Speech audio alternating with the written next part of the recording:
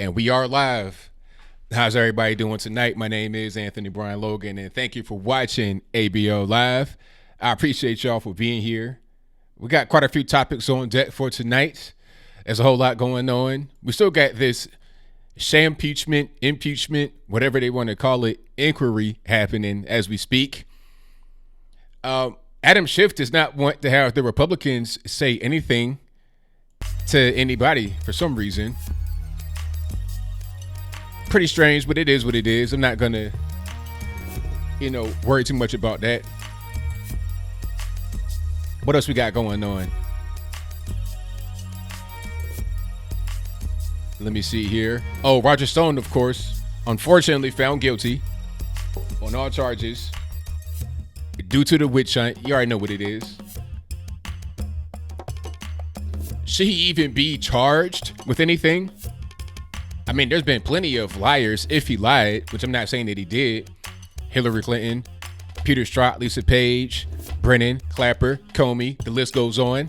Why aren't they in jail like Roger Stone is in danger of going? Colin Kaepernick has come back to the NFL.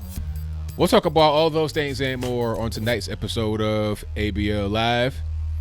And thank y'all for joining. Like I said, you could be anywhere in the whole wide world, but you're right here with me live on the show. And I definitely appreciate y'all for coming on through. Exactly. When are the Democrats going to be investigated? That's my question. That's what I want to know. When they're going to put the Democrats on the front line and investigate them? I love to know. Who knows? But it's a lot going on tonight, and thank y'all for being here. I definitely appreciate you. Please like the video, share the video, do all that good stuff. I definitely appreciate you for doing that for me. Share the video on social media, email, snail mail, however you get to somebody, share it. That'd be fantastic for me. Shout out to all the members, the Patreon supporters, the PayPal supporters. Shout out to all you guys. I really appreciate you as well. But we got quite a few things on deck for tonight.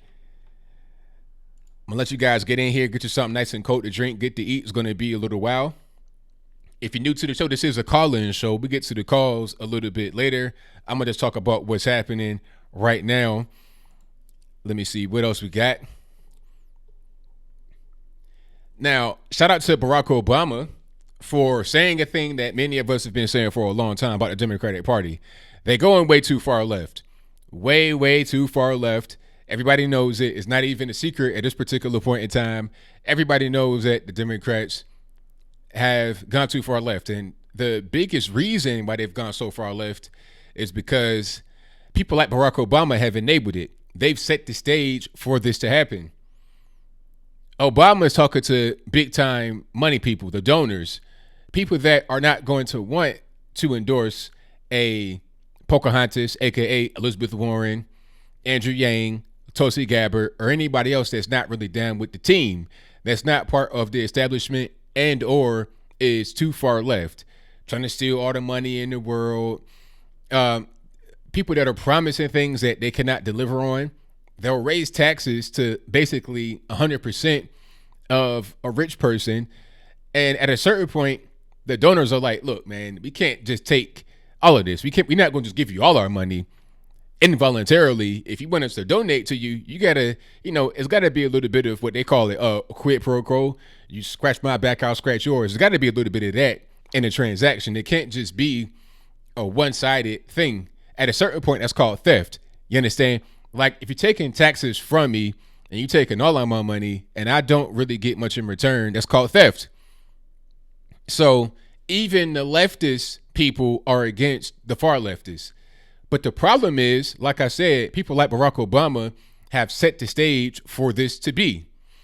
When he was out there talking about Skip Gates, remember Skip Gates, I think he was a professor, Boston College or somewhere, or some Ivy League, Princeton, yeah, whatever. He is black and he lives in a predominantly white area. It's funny how that works, Michelle Obama, this whole white flight thing. Why is he not in the black neighborhood? But I digress. So he goes to his house. He forgets his key. So he's trying to basically break in his house, from what I know. And for wrong, let me know in the comments. The police get called on him. They show up. And there's a picture of him like with his hands behind his back because they trying to arrest him because it's like you breaking in somebody's house. Now, of course, like I said, it was his house, misunderstanding, this, that, and the third. Then Barack Obama came out and said the police acted stupidly. What do you mean the police acted stupidly? I mean, they don't know what's going on with this man trying to break in the house. Just because he's kind of, I won't say he's old. He might have been like a little bit above middle age. That doesn't mean anything. You could be an elderly person and break into somebody's house. Age is not an indicator of criminality. Okay? So, no, they did not act stupidly. They didn't beat him up or anything like that. They were just trying to make sure that everything was on the up and up. And then they had this beer summit, just stupid stuff, okay? So that right there kind of set the tone. And then also when Trayvon Martin got shot, talking about that could have been my son. Why do you even care about Trayvon Martin? There's plenty of Trayvon Martins all over the place. I don't mean them being, quote unquote, killed by a police officer, which obviously Zimmerman was not a police officer, nor was he a white person. I ain't talking about that. I'm talking about people that just get shot and killed in the hood by somebody. It's plenty of them all over the place. But when Obama came in there and said he could have been my son, you're making it seem like there was some kind of racial thing and you blew it out of proportion. And then a lot of that kind of rhetoric sparked all the race riots and a lot of the SJW babies we see crawling around right now, screaming and hollering on top of their lungs, were birthed during your particular reign. Your second term, especially like 2014, 2015. Okay. So now you got Trump in there, and many of us is just regular American citizens trying to clean up that particular mess. Pardon me for hitting the mic. You might hear like a little bit of a reverb, but you understand what I'm saying. We're now trying to clean up the mess that Barack Obama left for us.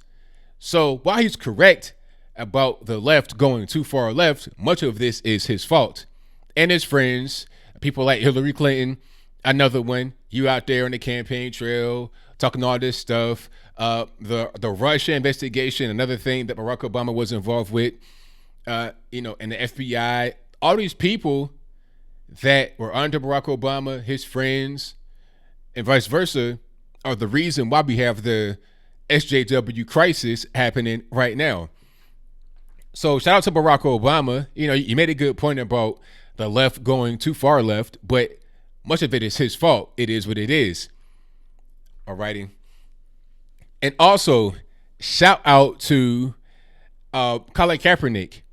Now, this guy is a big-time prima donna.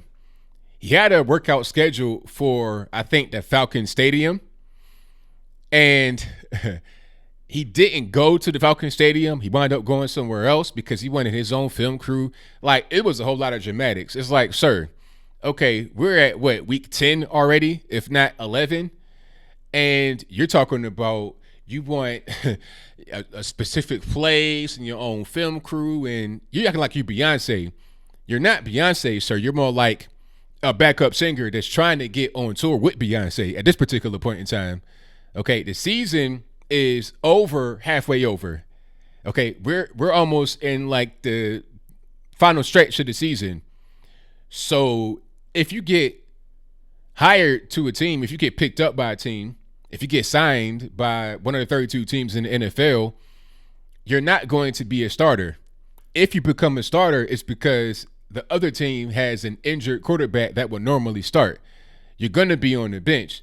So why have all this pomp and circumstance around your workout? People say, oh, he looks great from throwing one ball. Okay, you a quarterback. You can throw a ball deep. Congratulations.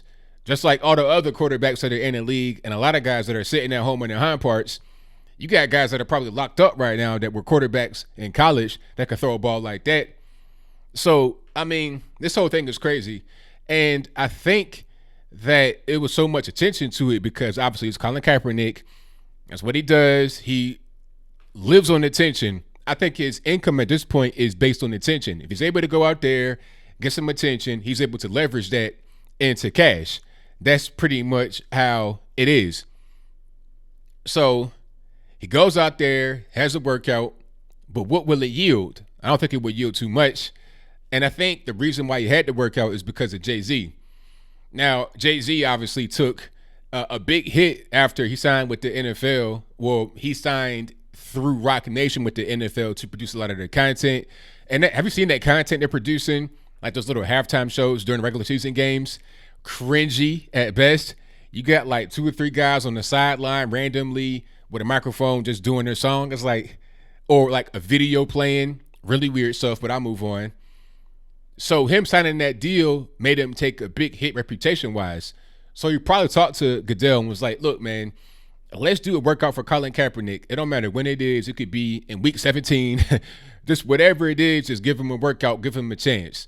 That's probably what it is. Or it could have been part of the bargaining agreement they got coming up. Who knows what's going on with that situation. But I think that there is much more to this than simply teams wanting to sign Colin Kaepernick, because if they wanted to sign him, they could sign him. I mean, it's guys that get signed up and dropped every single day without any kind of pomp and circumstance. Okay, so I think the same thing could have been the case with Colin Kaepernick. Really, the way it would work is one day you wake up in the morning, X, Y, and Z person got picked up, X, Y, and Z person got released. That's usually how it is.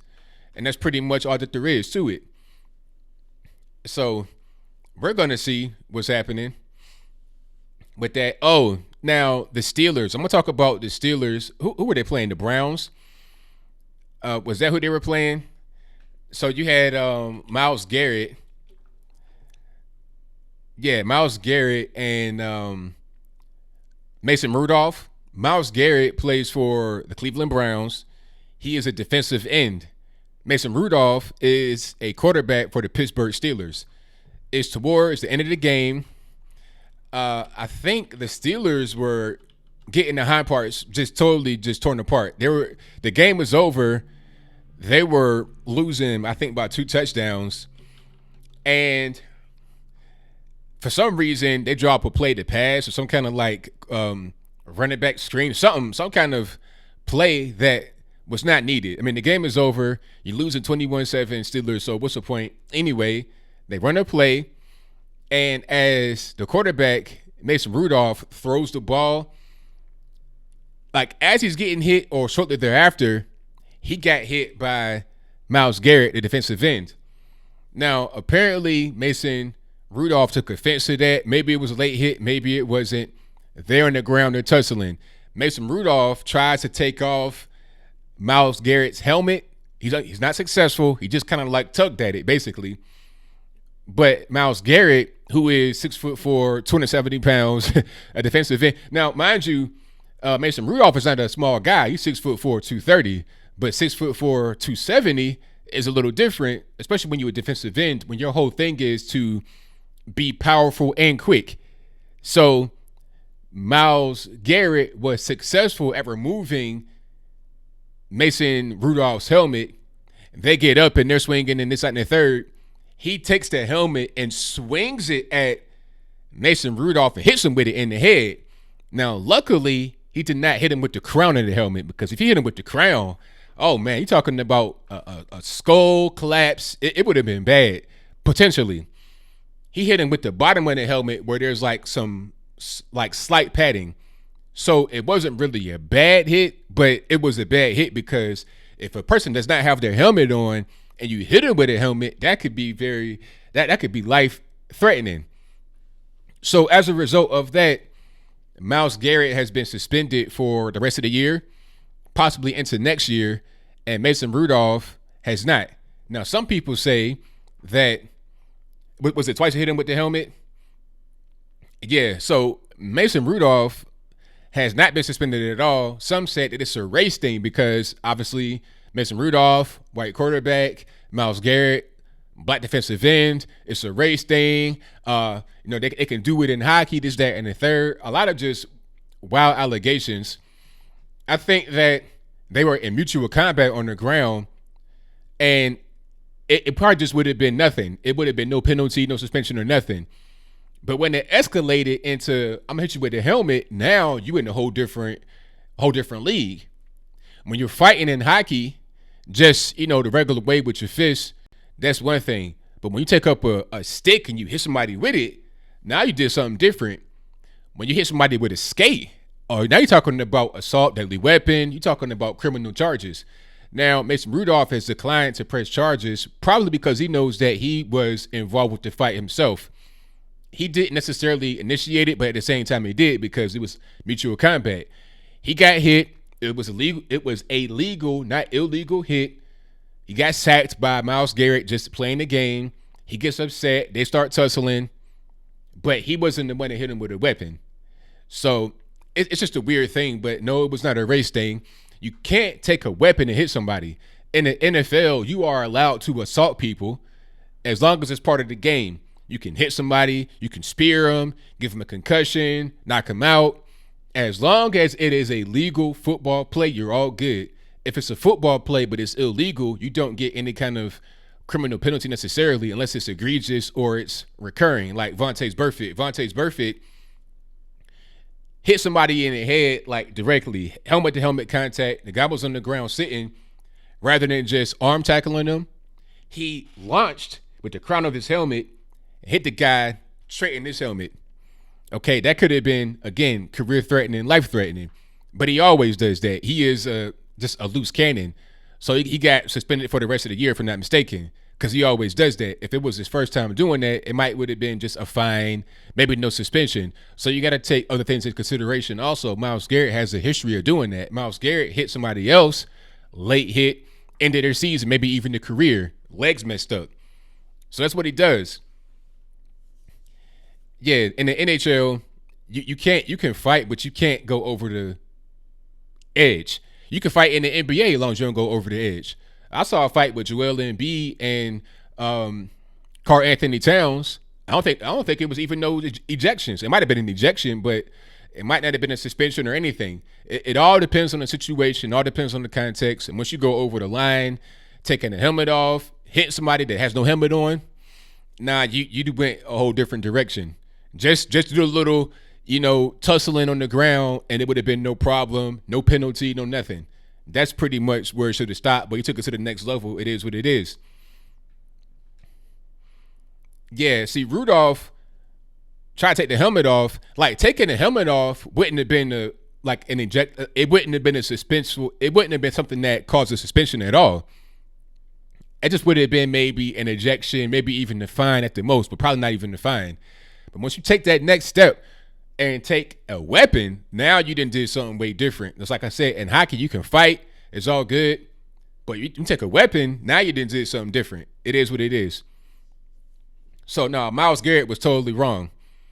Yeah, if you try to slash with a skate or hit him with the stick or something like that, you can't do it. There's limits. And there's boundaries. Myles Garrett went beyond the limits and beyond the boundary. That's why he's in trouble right now. And he does it all the time. It is what it is. Let me see. Thank you, Lion TG. I appreciate you. And shout out to all you guys in here. If you like what you heard so far, please give the video a thumbs up. Share the video as well. And if you're not subscribed already, I don't know what you're waiting on. Go ahead and subscribe. I appreciate y'all. Let me see. Yeah, the fight did go too far. You got to defend yourself but within boundaries. If you're taking the weapon, it's like you can't, and then it's a context of the situation. You're in the football field. Keep it within the game. Once you go outside the game, now you're doing something different. If I tackle you on the ground outside without being in the football game, that's called assault. You can do that in the football game because it's part of the game. You can assault somebody in the game as long as it's part of the game. Once you go beyond the game, now you're doing something different. That's when the suspension comes in. All right. But shout out to y'all. And what else we got going on here? Roger Stone has been found guilty on all charges. Straight witch hunt. It's the same thing happened to George Papadopoulos. They gave him like 9 days in the penitentiary for lying. I mean, just silly stuff. Now, my thing is, okay, if you want to prosecute, lock up, whatever, somebody for lying, why not do it to everyone that falls in that particular category and not just selective people? Okay, if you're going to get Roger Stone, why not Peter Strzok, Lisa Page, Lisa Strzok, that's funny. Peter Strzok, Lisa Page, Brennan, Clapper, Comey, Hillary. Why not all these people? I mean, there's plenty of liars, leakers, people that are engaging in sedition on the left when it comes to the federal government and in their personal lives. And corruption, I mean, the corruption is crazy. Hunter Biden, Joe Biden. I mean, Hunter Biden talking about, no, I don't talk to my dad about business. Oh, yeah, I do. Yeah, I got $1 billion or whatever from Ukraine, from China. And then Ukraine, I got a bunch of money while my dad was vice president. Just, I mean, all that stuff right there is out in the open and nobody does anything. But when it comes to people on the right, they want to do something. You have a multi-tiered justice system, okay? And it's just, it shows you how deep the deep state is. People want to say, oh, the deep state, you're a conspiracy theorist, ABL. You are, what they say, you're imagining things. The deep state ain't real. No, the deep state is real and we see it. I mean, it's right in front of your face. Adam Schiff can get on the stand and bold-faced lie. Shout out to Elise. I forget it. I can't pronounce her last name. You guys know I'm talking about the Republican woman who scorched Adam Schiff up there. She laid out all the times he was talking about the whistleblower, how they've talked to him. They can bring him before the hearing, the committee. They can talk. She said all the times where he lied, because now they're saying something different. So either he's a liar or he just forgot what he said. First you said we can bring him. You already didn't talk to him. Now you say, well, we can't bring him, or maybe we can. Now I don't know him. Maybe I do know him. It's like, come on, man.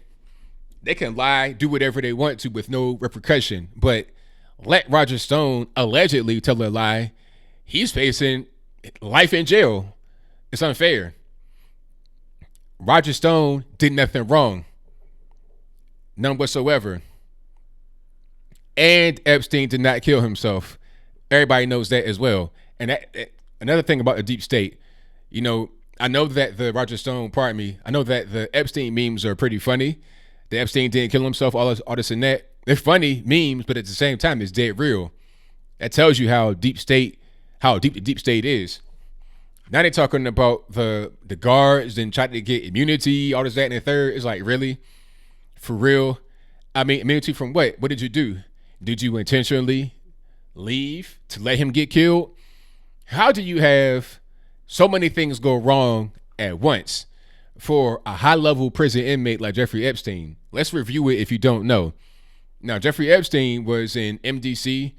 I think that's the Manhattan Detention Center. It's a federal detention center. If it were a non-federal crime, he'd be in Rikers Island or something like that. Since it's a federal crime, they have him in the jail that's not a local jail. It's a federal joint, MDC. So very secure, high risk, high profile inmate. Was on suicide watch, but all of a sudden wasn't on suicide watch when he mysteriously killed himself. There's cameras everywhere in the prison. There's a camera facing his cell, like right here, right on his face. Miraculously, that camera just stopped working. All of a sudden stopped working. Who knows why? Nobody knows why until to this day, but I digress. There's 2 guards that patrol that area. They just happen to go to sleep for 3 hours at the same time. Now, okay, maybe you're tired, you're about to fall over this, that, and the third, but how about I take a nap and then you take a nap? Why are we going to sleep at the same time together? Like, do we sleep together? Are we, what's going on? 2 guards happen to leave the area and go to bed for 3 hours. So there's nobody watching the cell, no camera watching the cell, not on suicide watch anymore. And this man's 6 foot tall and off the top bunk of a prison bed, which is not very high. We're not talking about a Tower of Babel. This is not a very high structure. You're talking about the bunk bed in your bedroom growing up with your little brother. That type of bunk bed. Maybe even shorter.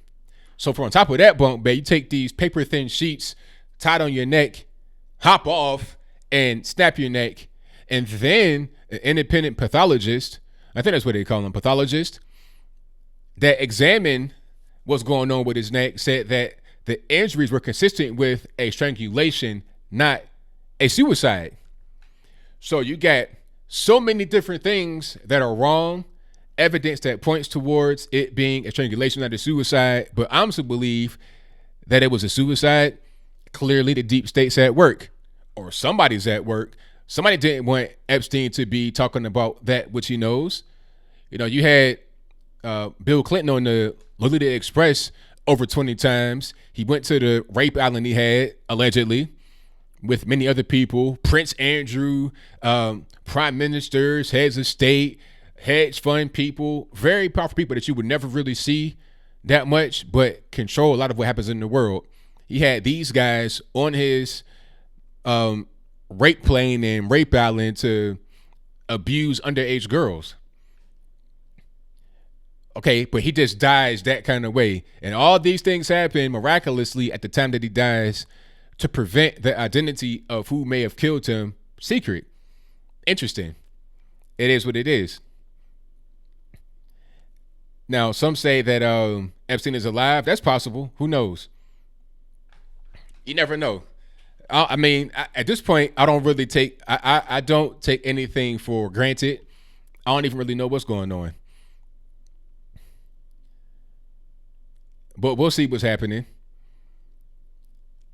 So, hey, Epstein, wherever you at, man, just stay dead, basically, because you're going to end up a different kind of way if you come back. But anyway, so it's a whole lot going on, you guys. I'm going to read some of the chat here. We talked about the impeachment circus already, if I'm not mistaken. The whole impeachment thing, this is a big farce.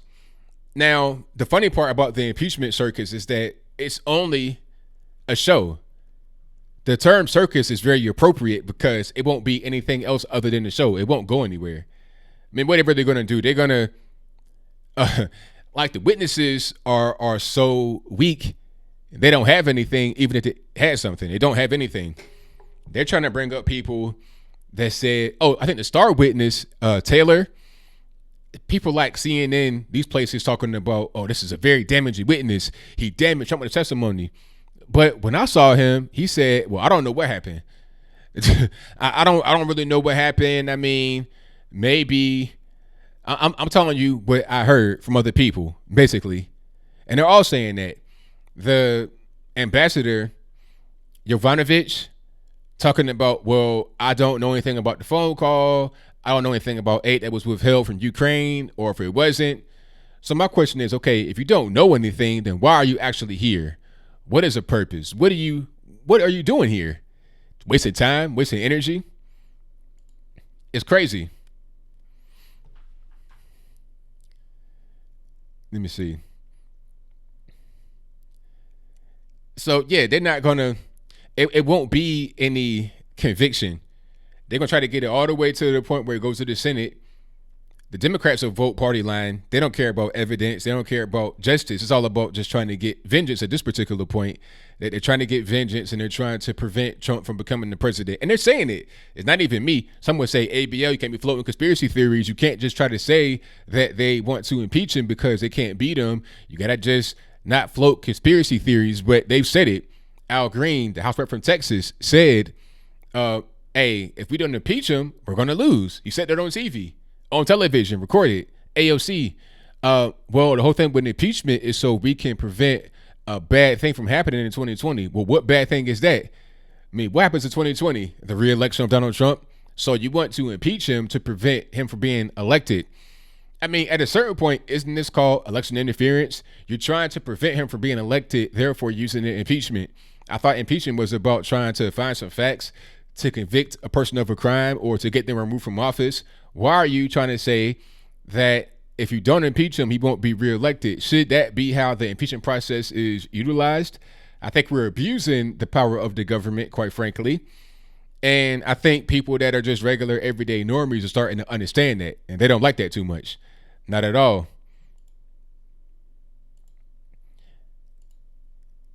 So, but shout out to all y'all. I appreciate y'all for being here. 100%. Let me see. I'm reading the chat. Y'all say Epstein's not dead. Well, maybe he isn't. Yeah, Trump did kick what's the guy's name off his property. Who was that? Epstein. Yeah, kicked him off Mar-a-Lago. Didn't want anything to do with him, none whatsoever, and rightfully so. 100% rightfully so. Let me see. I say you emperor signs. I can't call anybody from this number. I can only accept calls. So I'll get the calls going in a few minutes, but I can't call from this number. So you let me know your area code in the chat, and I'll try to get you on as soon as possible after we get the phone call started. Just give me a few minutes, probably getting about 15, 20 minutes. I'll get the phone call started then. Now, Tupac's definitely dead. And Tupac got killed by a just gangbanger upset that he got embarrassed or something. That's all. That's all that it is.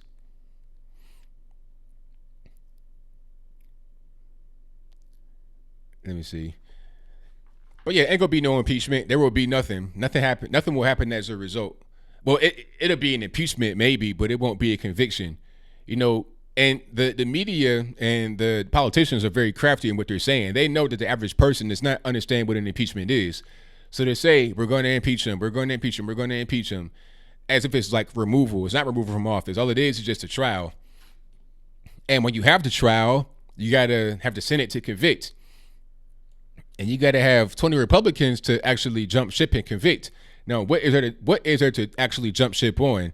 If no Republicans voted for the actual impeachment inquiry, what makes you think you're going to get 20 that are going to vote for the removal of the president from office? It doesn't make any sense. Anybody trying to ruin their career because of a Democratic witch hunt, that is actually going to go nowhere. Okay? Let me see.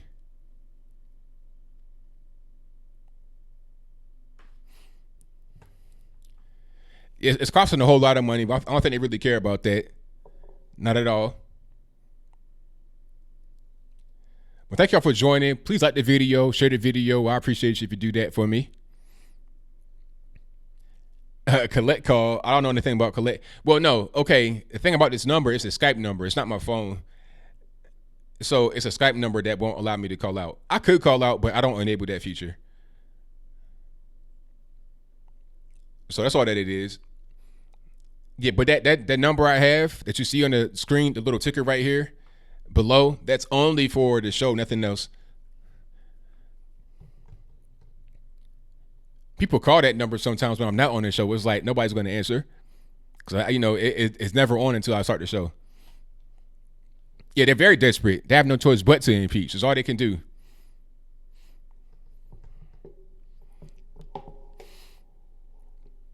And like I said, they say it on TV. They have nothing.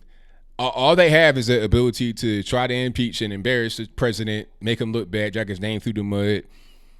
But it'd be interesting come primary time who the nominees are going to be. There's going to be I think the battle right now is kind of simmered down. It's relaxed. It's calmed down. But once you get closer to the actual day, to the 0 hour, it's going to ramp up a lot. And you're going to see the best rise up. It'll probably be Pocahontas, but now you got the guy, Deval Patrick, Barack Obama's friend, in there. That's very interesting. Barack Obama and David Axelrod allegedly tried to get Deval Patrick to run for president in 2020 last year or a couple years ago. Not very long ago, but, in advance, so he would have a little bit of time to get some steam, but he didn't want to run. I think his wife was sick. But now, all of a sudden, he's in the race at the 0 hour or close to the 0 hour. It seems like that'll be a signal to Joe Biden to not run because Barack Obama also allegedly told or tried to convince Joe Biden to not run. So if you told or tried to convince Joe Biden to not run and your friend that you tried to convince to run is now in the race, clearly you are thinking that your friend who's in the race already, been in the race, can't really get her done.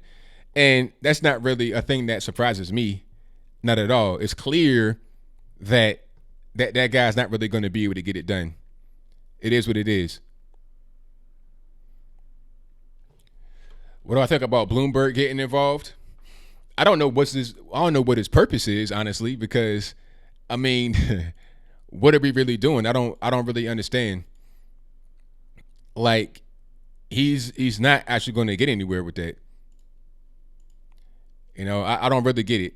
He won't get anywhere with his whole thing because it's already like too late in the game. It like what hook does he have? The left have been waging the war against, how can I call it, rich people, people that have money, successful people. They're waging a hater war, and Bloomberg is a billionaire. So what hook does he have to get in? I don't understand. I don't really get the purpose of him being there. He is going to be on the left, right? He's not going to be trying to go for the Republican. If he was on the right, it'd be even less of a chance, because they, people like Bill Weld, all these other numbnuts, they have no chance. Okay. Tom Steyer, never heard of her. I don't know who that is at all. Shout out to my man, shout out to my man Matthew Richardson, who says, "Do I trust William Barr?" I do. I mean, I wouldn't put all my chips on the table on William Barr, but for now, I think I do. I think he's proven himself to be a pretty good guy. I've not seen the reason why I should not trust William Barr. So I don't think that he is a bad person. I think he's a trustworthy individual, but who knows? Maybe I could be wrong. I guess we're going to see what happens. And thank you to all the super chatters right quick. I'm going to read you guys. Let me see.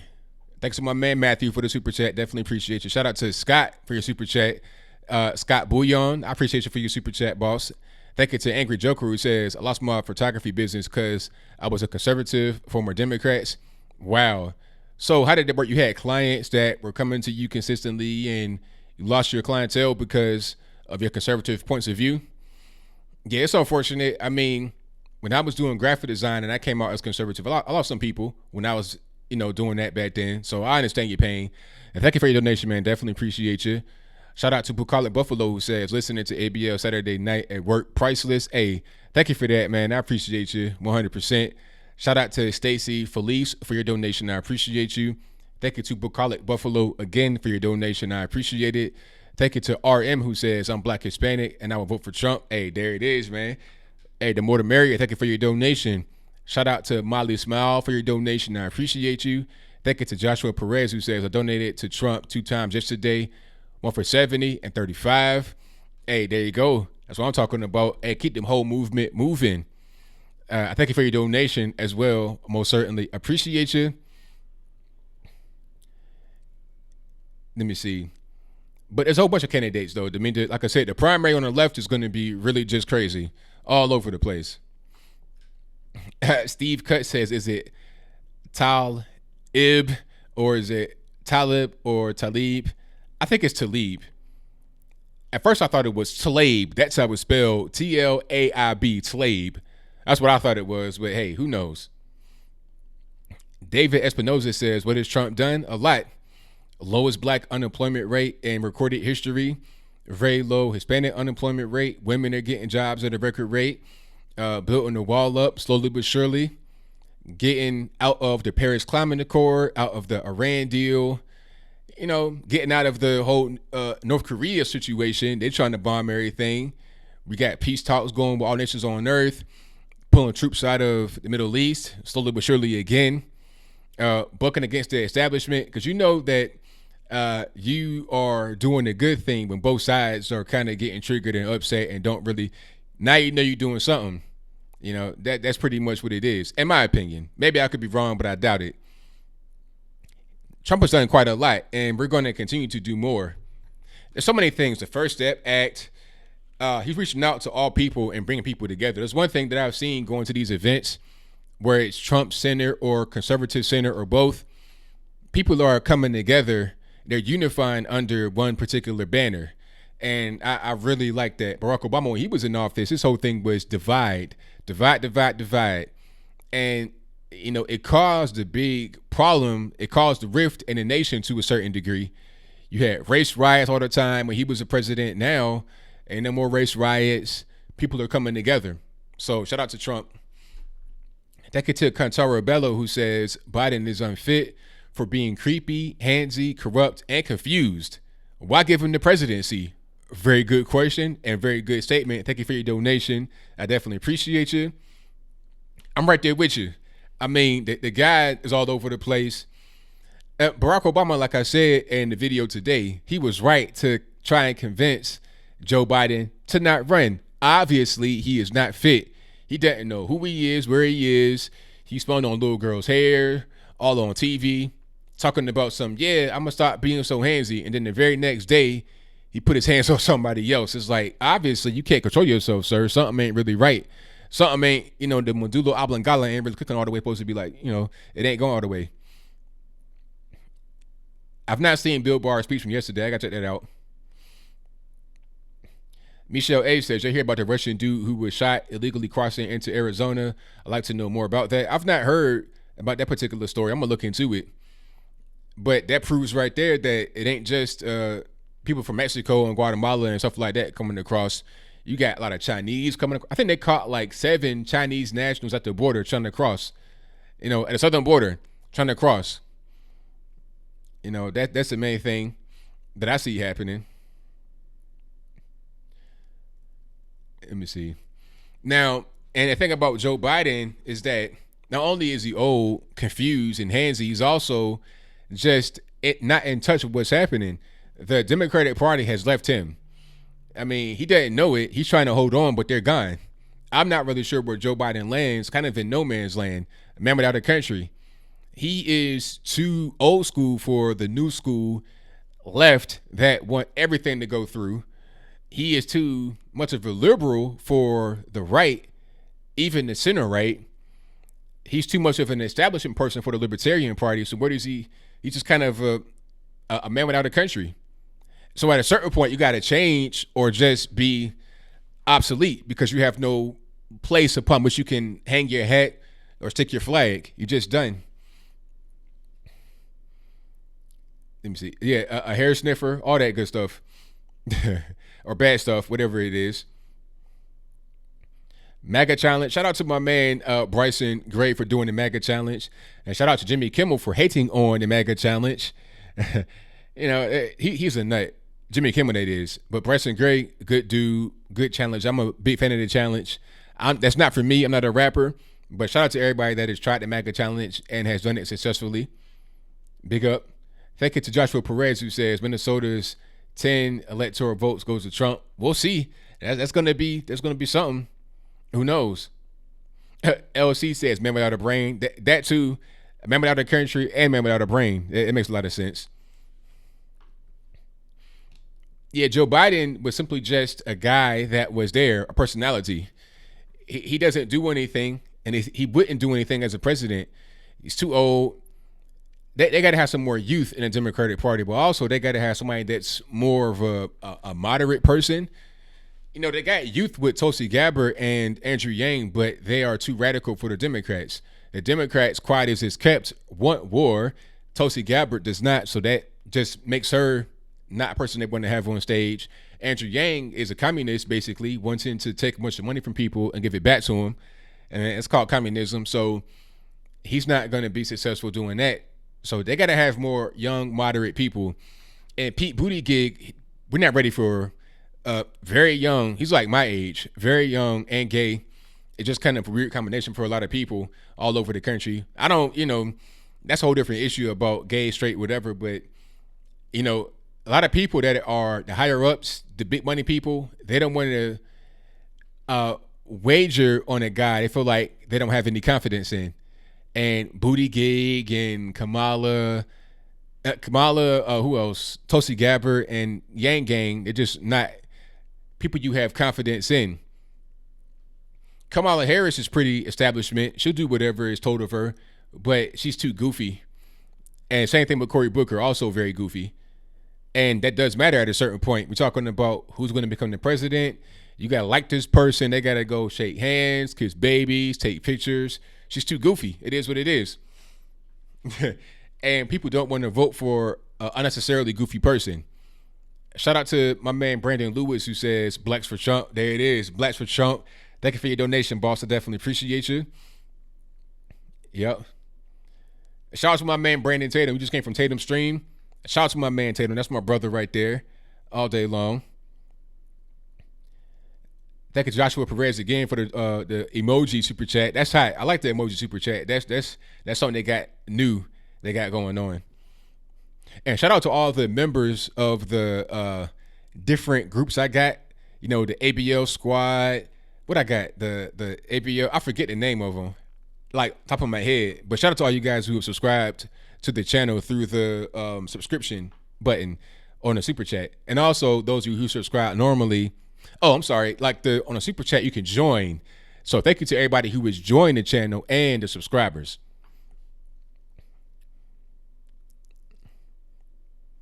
JSS got called a troll. Hey, I didn't call you a troll. I mean, freedom of speech, ain't it?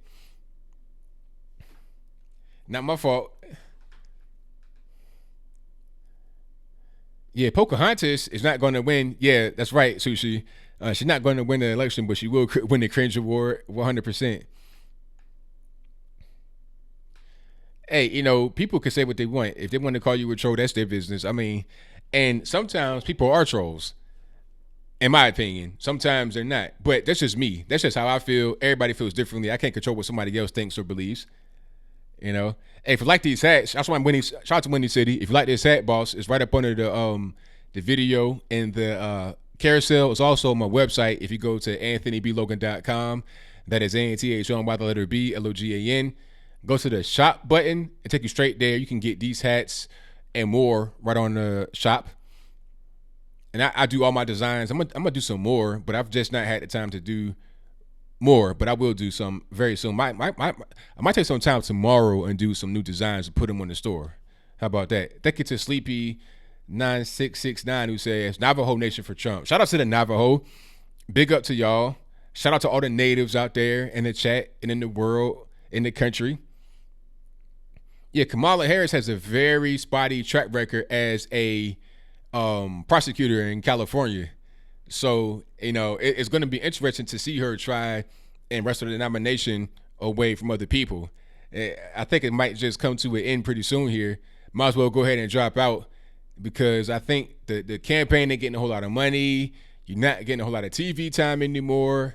You're not taking it seriously. So it is what it is.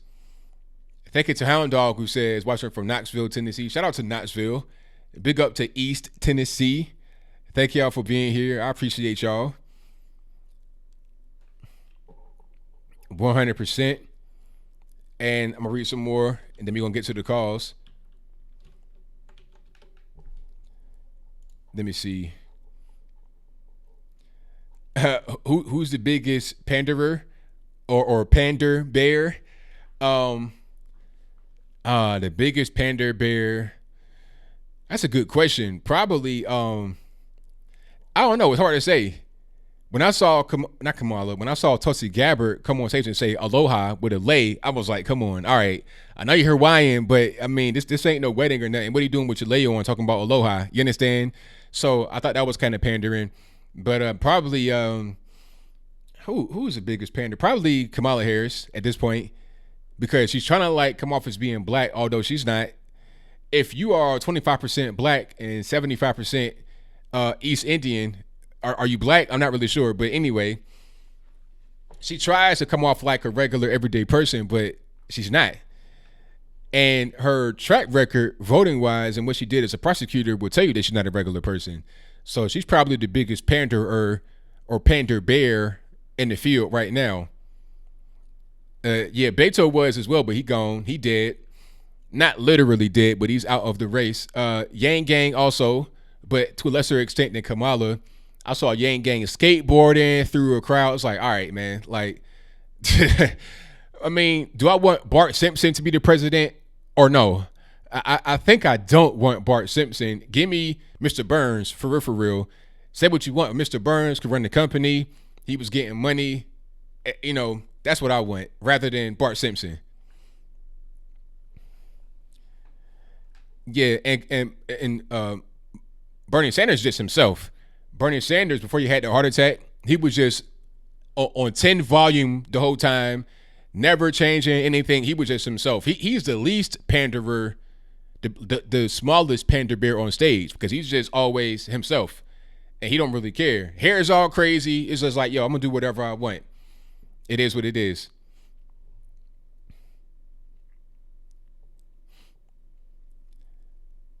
Oh, yeah. Oh, I forgot about that, Sushi. Booty was drinking 40s. I was like, Doc, 40s? Really? in the middle of the daytime, and it was a park right there. But the funny part about that is, Sushi, that yes, he was appearing to drink a 40, but he did not actually drink the 40. He like put the bottle to his lips with the cap on it. If I could find that picture, matter of fact, I'm gonna put it up on the screen right quick. That was hilarious.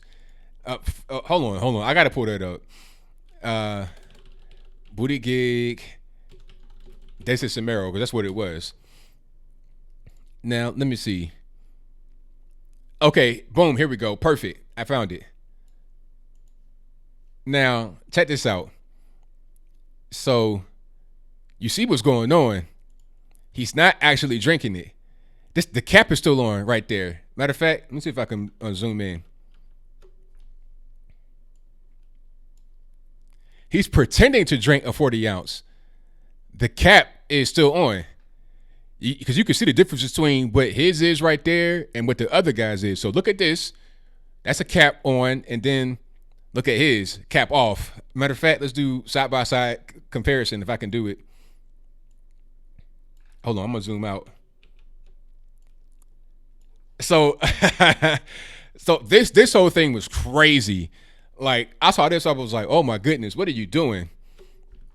But hey, it's no surprise coming from, Democrat politician to be out there, pandering like this with two black guys drinking 40s in the hood. And why they got sunglasses on? What are you doing? Like they're corny as well for being out there doing this, like with TV cameras around. You have on a tie-dye shirt, sir. You're not in the hood drinking the 40 ounce. Cut it out. And for real, this is crackhead stuff anyway. This is not a cool thing to do. If you see a guy drinking the 40 ounce in the bottle, that's a person that's on drugs. Keeping it all the way 100. But I digress. Big time pander bear right here. Booty gig. Super cringe. I mean, cringe factor off the chain. Super cringe. That whole thing was crazy. I was like, for me to get shocked, it's kind of hard to do that, but I was shocked. I was like, oh my goodness, no he didn't, but yes he did. That whole thing was crazy. A tie-dye shirt with the bottle still on it. And my thing is, okay, where'd you get the bottle from? Was it in the store? And in the bodega, the cap be all on the bottles? But I digress. I'm just saying, I went and put my lips on the bottle top anyway. It's probably not clean, but whatever.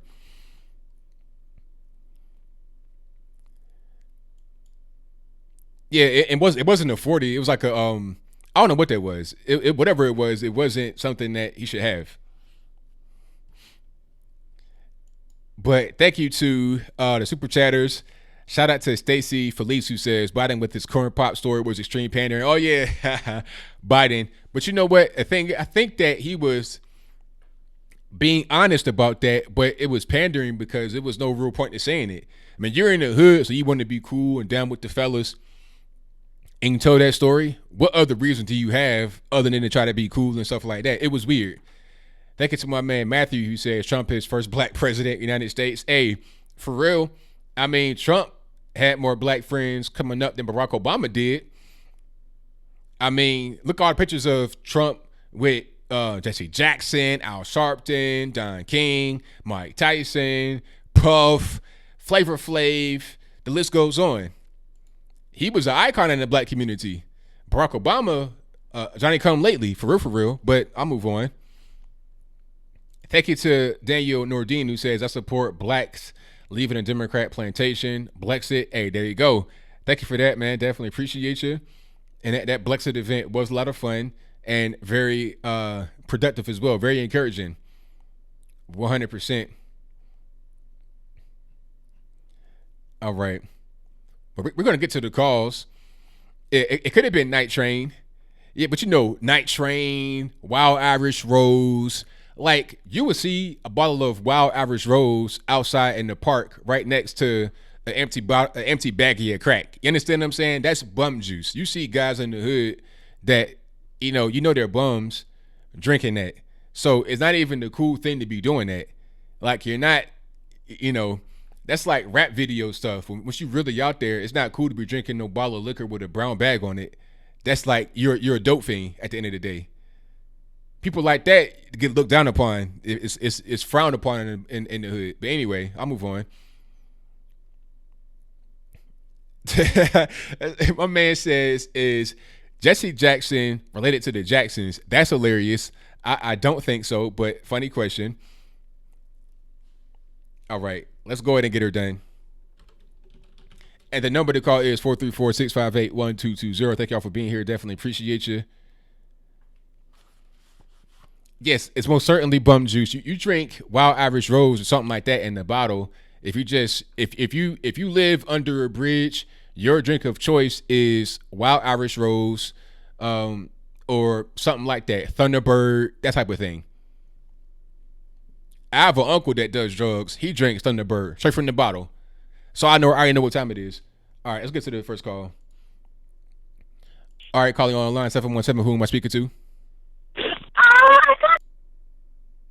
Diane Gamber. All righty, Diane, what's going on?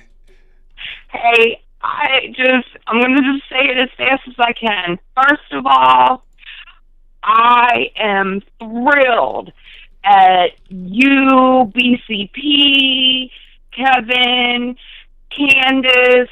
I am just thrilled at how you guys are pulling the white and black community back together the way we were prior to Obama. Nothing was perfect, but things were better before Obama, and he ignited a firestorm that put us all in just really bad places. I lost black friends because I didn't vote for Obama. As a Democrat, I was a Democrat till he was voted in the second time, because I was like, how can people elect him again? I'm total Trump train. I'm just so appreciative that you guys are bravely stepping out there and pulling people in the black community in together in unity with this movement, because we have to save our country. The kids, I'm a Gen Xer, and I just read something the other day that said that the Gen Xers are probably the last generation that are going to be able to save this country. We're not going to be able to rely on a lot of younger people, because we've lost our values. I have two children, two teenagers in high school.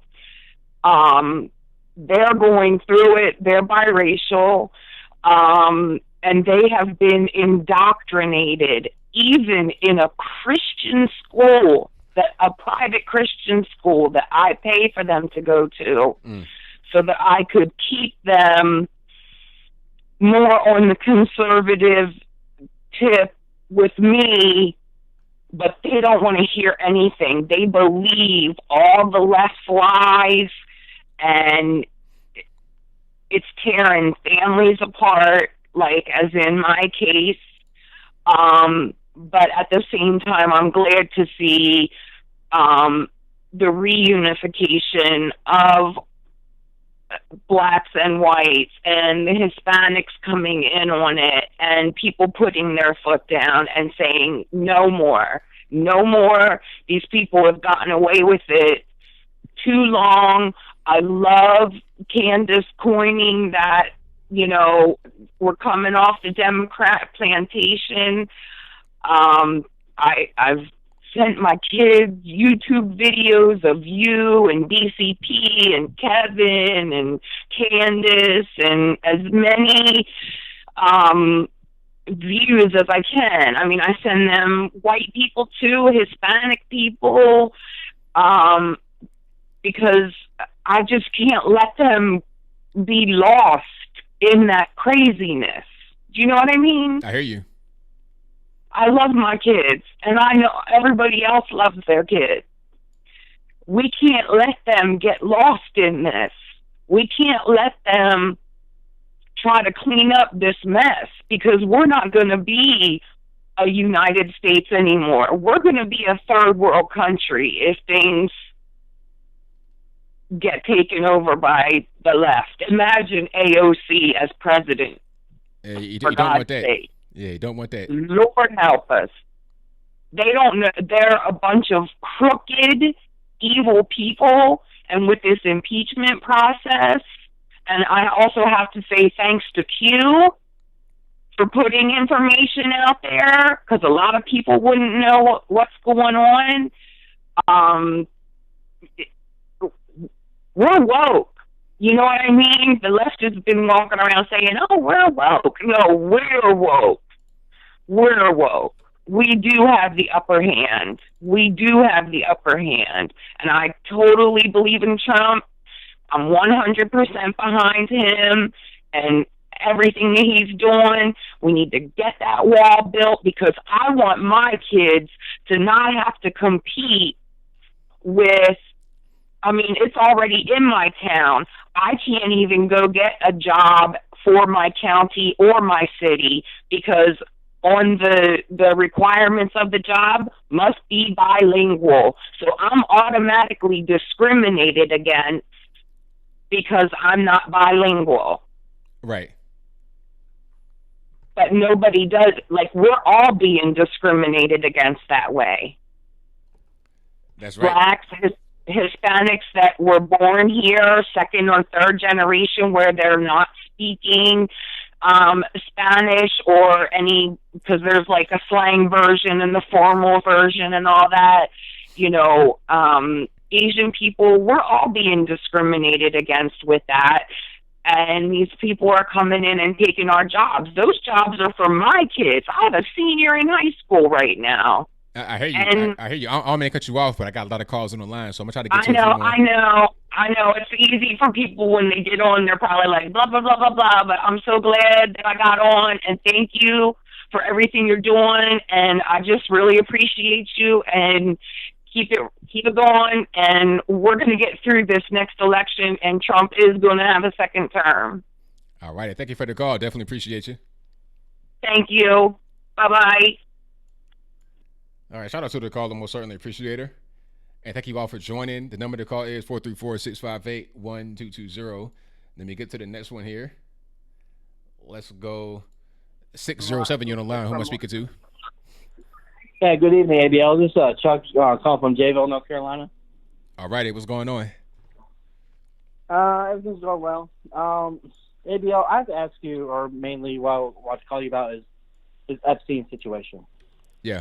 Now, with this whole, like, him committing suicide, at least that's what they want us to believe. I personally don't. But there's one question I have to ask. And this would actually potentially made me believe he actually killed himself more. And one detail that I really don't know about, and if you do know, or if your listeners know, and please inform me, what was the status of his cell door? I don't know. Because from my personal thinking is those cell doors are explicitly designed to keep people in. They also keep people out.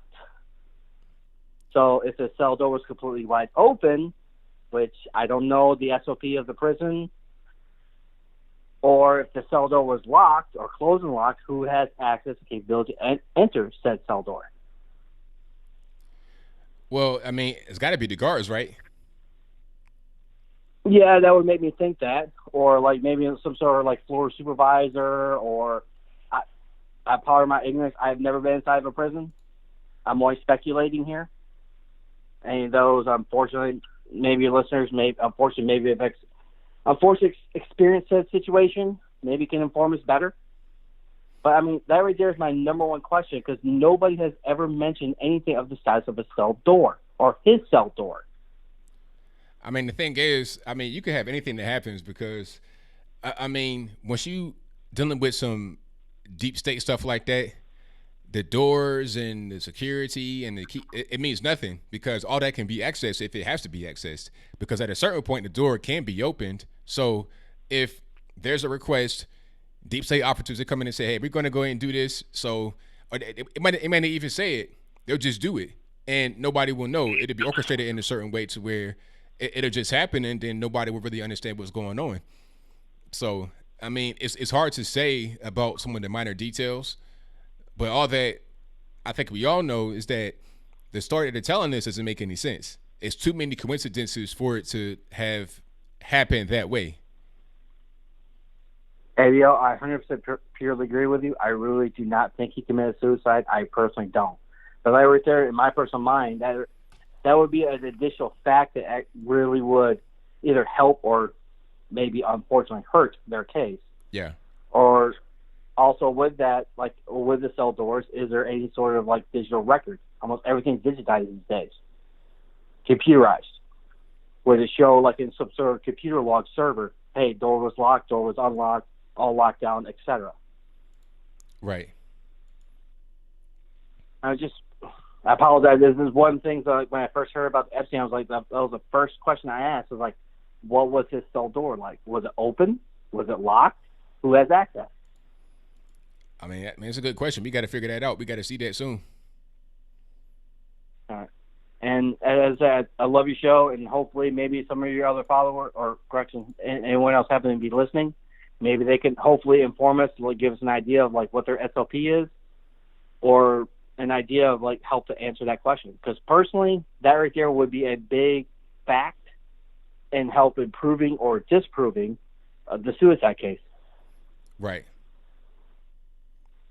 All right, man. Well, thank you for the call. Definitely appreciate you.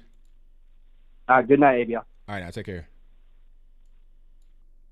All right, shout out to the caller. Most certainly appreciate him. And the number to call is 434-658-1220.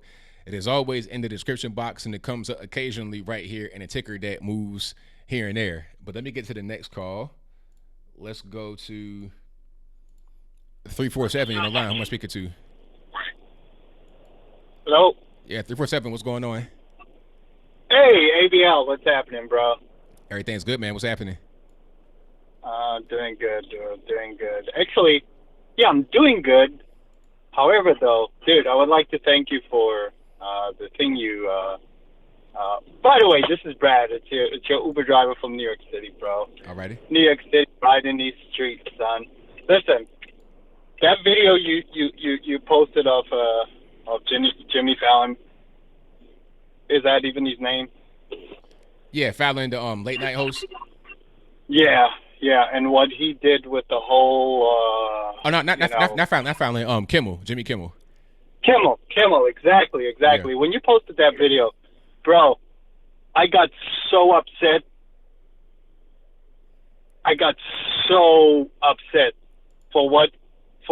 Because I don't know if I always knew what the media was doing, and they were all in cahoots with this whole, against Trump and whatever the case may be, and how Hollywood is against Trump, the media is against Trump, obviously.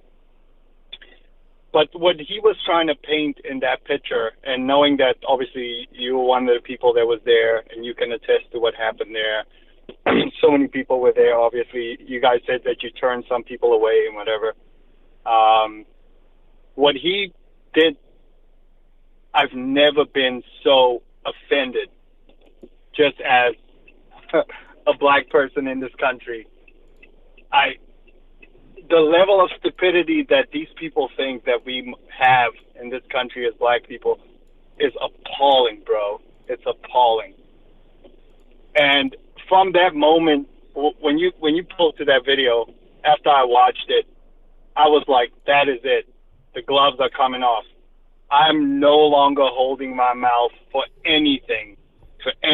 I'm removing all fear. I don't care if somebody wants to fight me or whatever the case may be in this city, but dude, the gloves are off. I hear you, man. Yeah, no, it's ridiculous. And also, what you started with I think there's a guy that said he lost his business because of just having a disagreement or not having the same beliefs as some people do, or obviously the left has and whatever. Like we were dealing with stuff like I own my own business as well in New Jersey. My wife runs it. It's fully staffed and whatever the case may be. And the people who had their businesses on the ground floor was dealing with that, where in May when they had the gay parade, like people would literally like come into their businesses and ask them, are you pro LBG, whatever, alphabet community and whatever. And if you said no, bro, they would boycott your store. Wow. Yeah, there's a lady, we on the second floor, luckily, so they didn't come up to our floor. I mean, we obviously not against gays or whatever the case would be, but, you know, if you ask me, you know, I might not agree with it. Yeah, obviously, you know, I this is America. You could be whoever you want to be, but don't force things on us. You get what I'm saying? So luckily, we were able to escape it because we're on the second floor. But we have a lady who's below us. She has like one of these superfood places, whatever. She's still suffering, still trying to recover, because she said, "Listen, I'm Asian. You know, I'm an immigrant. I came here, and you know, I don't have those beliefs. I don't necessarily agree. I'm not against it, but I don't agree with that lifestyle." And dude, she's still suffering today. Right. Wow. That's crazy. I mean, that's really terrible. People do that to you. You know, they come in there and just try to ruin your business because of how you feel. Exactly. Yeah. Yeah. Just because they have the right to be who they are, but we don't have a right to be who we are, or whatever the person is. Like, I don't want to say necessarily we, but you know, like whoever else believes something else outside of their world, it's like they should have the right to do that. Right. And I hope people like Ivan, as much as I love to listen to his ignorant calls when he calls in, I hope people like Ivan are realizing what's happening with people calling in and how pissed and upset people are. For example, just the previous person that called. Just realize that what the media is doing is firing up people to start fighting back. People who did not necessarily vote in the last election, guess what? They're going to vote this time because they see what's happening to this president. All right? In the previous election when Trump won, we didn't have pages like you guys, man. You guys weren't in the forefront like you are now. Right. Am I correct? Yeah, you're right, 100%. Yeah. So look at the movement with what's happening now, and I just want to applaud you and say, dude, well done, Candace Owen, everybody else who is doing this. You guys have obviously hundreds and thousands of subscribers. You guys are reaching people every single day. You are educating people of what's happening and what's going on. Guess what? Next election, we are turning up, dude, and people that usually wouldn't get involved is seeing what's happening now. And these people are, with this whole impeachment thing and that, they dig in their own grave. Because the things that they're promising to people right now, for example, your Kamala Harris, who I cannot stand, and every single other one is on that stage. Like you said earlier, Bernie is the only one that is at least honest, right? Yeah, he's honest. Watch what happens when they're going to have to face up to these lies. All these things that they're saying, free Medicare for all immigrants, free this and that, you know, we're just going to do this. What they're doing right now, they're just appeasing people and whatever. Once we get to the actual elections, when you're running against Trump, watch their story change. And look what's going to happen when they start changing that story. People are going to walk away and say, wow, so you just lied the whole time? Right. So, when you were on your campaigning out there, were you lying? What were you doing? Because even Obama admitted to, you know, doing the same thing. It's like, yeah, okay, that's why he's trying to pull them back now and say, hey, you guys are going too far left. Just give them a little bit, and then, you know, once, you know, the election comes, then you start pulling back a little bit. But they're going so far left, they're not going to be able to pull back. Right, exactly. Like once you cross that boundary, that threshold of the far left, and you over there, now you pretty much set up camp. You done already built a whole city, a town, a state, a world over there. You can't leave. And the people that were with the left have now abandoned it, and they're not coming back. Yes, sir. Yes, sir. So thank you for what you do. The lady that called in previously, thank you. The guy that called in about Epstein definitely didn't kill himself. It's just too many people in power whose name was in that little black book that he had that wanted to make sure that this guy is taken out. Because if all the names had to come out that was in that little black book, it would be a wrap. And that's right. It would be a wrap. There's too many names, obviously including the Clintons or whatever the case may be. There's too many names in that little book. Absolutely. Including, and you know what I think? This is my last point and I'll get off. Including the whistleblower's lawyer. Oh, yeah. He's in there for sure. 100%. No question. Dude. When I saw what his YouTube page looked like and the things that this guy watched and going to Disney World by himself and being around children and stuff like that. Yeah, you already know what time it is. He's definitely in that book. Exactly. And the very same people that are pointing fingers at Trump, when we open up their skeletons, they doing the exact same thing that they're accusing Trump of. That's right. Anyway, I'll let you go, bro. All right, thank you for the call, man. Definitely appreciate you as always. All right, man. Have a good night. All right, same to you, man. Bye. All right, shout out to the caller. Most certainly appreciate him. Let me get to the next call here. Let's go to caller. You on the line? Hey, ABL, it's me, Anthony. I haven't called in a couple of weeks. All right, I thought that was you, but I didn't recognize your name at first. Like, 'cause it's different on Skype than your name. So yeah, I changed it just to keep it private. But anyway, well, I don't have my camera on because I'm calling directly from my Skype on my desktop computer. But I'm gonna try to keep the call short, though. Okay, so what's happening? Not much. I just think that this current climate we're going through, it's all part of some kind of plan. I think it's like my parents always say, like it's taken over by the globalists, central bankers, those kind of stuff. Because we see it going on in America, I guess Europe, and also recently in Hong Kong, the destruction of society and all this stuff. Oh yeah,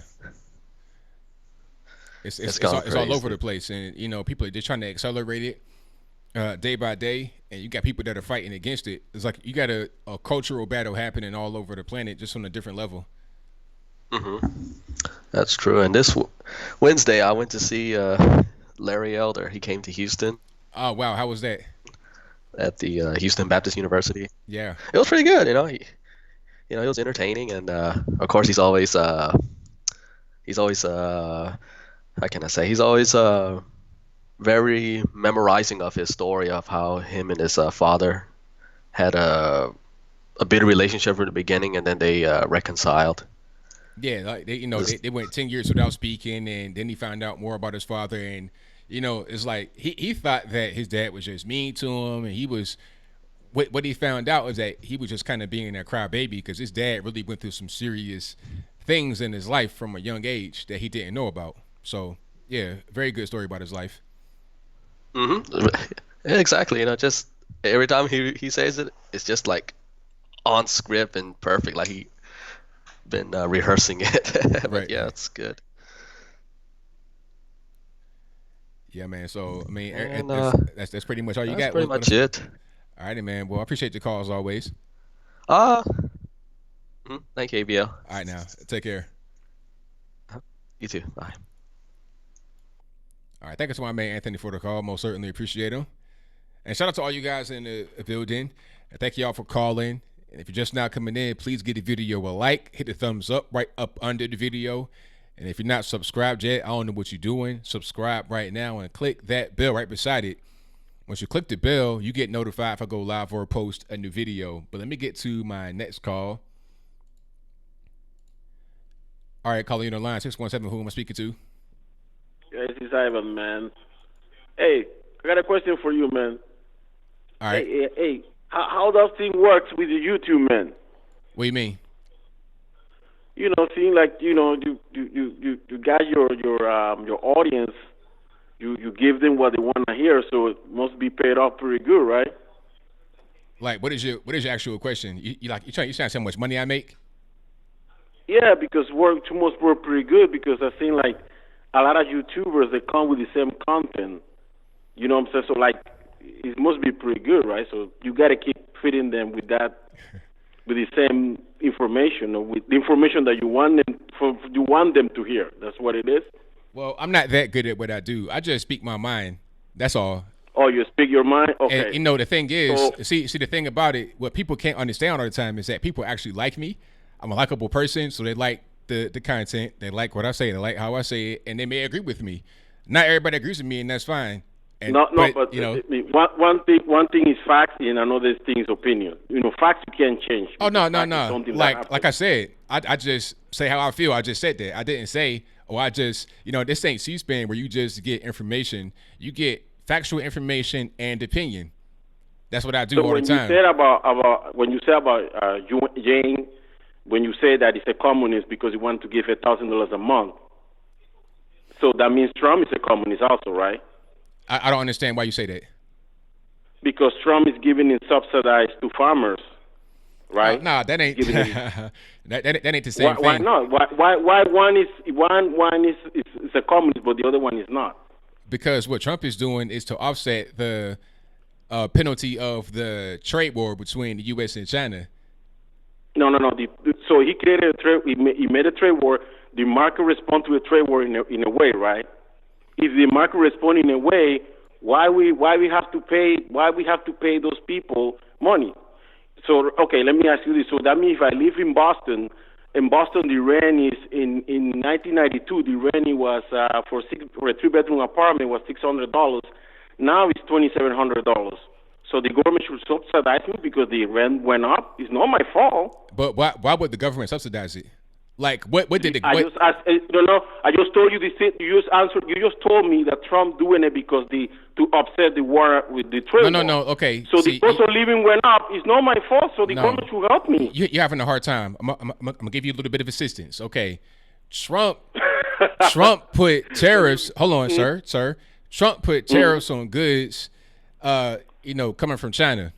So to offset that and going back, so to offset that, he has given them the subsidy for now until we can get this whole thing resolved. After we get it resolved, then the subsidy that is given to the farmers will be gone. It's temporary. The thing with the rent, sir, let me finish. The thing with the rent going up, that's not the government intervening with some kind of war on rent. That's not the same thing. You're comparing apples to oranges. Compare apples to apples and try again. No. It's the same. How was it the same? Okay, listen. So you're not listening to what I'm saying. Trump actually put tariffs, physical tariffs, on a foreign country. Therefore, it's going to impact the farmers in a negative way because they got to be able to sell their goods to China. But if you got tariffs on China, that's going to impact them. Sir, not finished. I'm talking. So since that's happening, he's giving them a subsidy to just weather the storm. Now, cost of living going up, how does that involve the government? Did the government initiate a war on poverty? Is there a tariff coming from goods that come from Boston to other parts of the country? Compare apples to apples, not apples to oranges. And so you were talking the whole time and nobody could hear you. I was talking and then you weren't talking because I couldn't hear you, nor could anybody else. So you can go ahead and say your piece now. But that's not a debate though. You can't just cut me off and then. Well, look, I can talk when I got to talk. My point. I can do whatever I want. So okay, that's not a debate though. You know we're not having a debate. It don't even really matter. I can do whatever I want. Okay, go ahead. Keep I said you get the floor, so go ahead. Okay, I got the floor. So do you know we've been giving subsidies to farmers since 1908, right? You know that, right? What do you mean, consistently? We've been giving farmers. We've been having welfare since 1929. We've been giving food stamps in 1930s. Black people in the South were not allowed to get welfare, right, on food stamps. So when people said that black people getting food stamps, black people started getting food stamps after 1960s. Before that, they weren't allowed to get food stamps. Food stamps only for whites. So I want to move on to the next steps. So when did the food stamp program start? In 1933, right after the Depression. Okay. Welfare started and food stamps after the Depression. Never supposed to be temporary, but never stopped. It was expanded. because people on government decided to expand it. That's even Republicans and Democrats. So it wasn't just a Democrat thing. This is not true. Okay. And when you said about then you were talking about Obama, you don't like his policy. What policy you don't like about Obama? I don't like supporting abortion. I don't like his stance on police. I don't like the Democrats' policy. What was his stance on police? What did he say wrong about the police? We're talking about Skip Gates when you said the police acted stupidly. I didn't like that. Okay, maybe you didn't like that he used that term, but let me ask you this. If you trying to open the door of your apartment, you go into your apartment, the police show up because somebody called that somebody was trying to break into your apartment. But it's you opening the door, trying to open the door. The police show up, you giving the police your ID. That's it for your ID. The ID match your address and the information where you live in. And the police still arrest you. You won't be upset? That's not what happened though. And you know that, so be honest. No, he was trying to break in. He was trying to break in. He didn't have his key. He was not trying to break. Okay, so he was trying to open his own door. Did he have his key? His apartment. Did he have his key? His key wasn't working. That's what he was trying. He wasn't trying to break in. He was trying to open the door. Read the report, man. Okay, so he was trying to open the door. So he went inside the apartment. So it looked like, sir, it looked like he was trying to break in, didn't it? Because somebody. I mean, how hard is it to open your own door? How hard is it to open your own door to your house? I mean, it ain't like it's rocket science. I mean, you put your key in the door, it opens. If your key's not working and you're trying to finagle with it, it appears like you're breaking into your own house. And if people don't know, they can't see what's happening. All they see is somebody just finagling with the door. It don't look right. And you got high security in these places. I mean, I'm glad that the neighbors called the police on that person that was at the door to prevent them from breaking in the house like a neighbor should. You know, nobody got hurt, nobody got injured. He just kind of reacted a little bit differently when the police came, and that's why things were the way they were. It was an easy thing to resolve, no big deal. And I didn't like that Obama said that because then it sent a message to the rest of America like, you know, the police aren't to be trusted. And that is part of what sparked the race riots, along with Barack Obama having Black Lives Matter in the White House talking about you guys are doing a great job. While you got cities that are pretty much on fire from Black Lives Matter, he brings the ringleader, D-Ray, to the White House with friends talking about you guys are doing a great job. So I didn't like the way that he handled things on a social level at all because it did a lot of damage to the nation. But go ahead. That's how you play games, huh? You put people on hold and then you talk and then you talk. Look, I could do what I want. I mean, you got to understand that. If you don't like it, you can hang up. You got to let other people talk. Look, sir. I don't understand how you don't understand that I can do what I want on my show. If you don't like it, you can hang up. Huh? That I'm on now or not? I mean, just go ahead and talk, man. Stop crying. We don't got all night. Okay, so that's not true. That's nothing what you're saying is true. That he created those race riots and okay, his friend got arrested, so he shouldn't say that the police acted stupidly. But when Trump say get those SUVs out of the field, I never say you making a video criticizing Trump. So what was Trump inciting by saying that? Well, there were black people protesting their own rights, and then he come and say something like that. Don't you think we create a problem? He wasn't protesting no rights. He was just acting the fool and disrespecting the flag. He wasn't protesting no rights. Acting the fool because you don't like the way they demonstrate and acting a fool. Man, he won't demonstrating. He won't demonstrating. Demonstrating is like when you go out, you know, appropriately, go out with signs and stuff like that. He's kneeling on the field to get some attention because his NFL career coming to an end and he sucks as a quarterback. He was just trying to get some attention and try to prove to everybody that he's actually black because before he did that, I had no idea he was black. I didn't really care about the guy's race. It's like, can you play football or not? I didn't think of him as a black person. He did that to try and get some attention. So to me, it was a dumb thing to do. But check it out, though. You're at the end of your time. You're at the end of your time. So I got to get to the next call. Thank you for the call. Definitely appreciate you. All right. Shout out to Ivan. Ivan was a little bit combative tonight, but he had to go ahead and get right quick. And thank y'all for joining. I definitely appreciate you. The number to call is 434-658-1220. Do not be afraid to call. Let's get to 734. You're on the line. Who am I speaking to?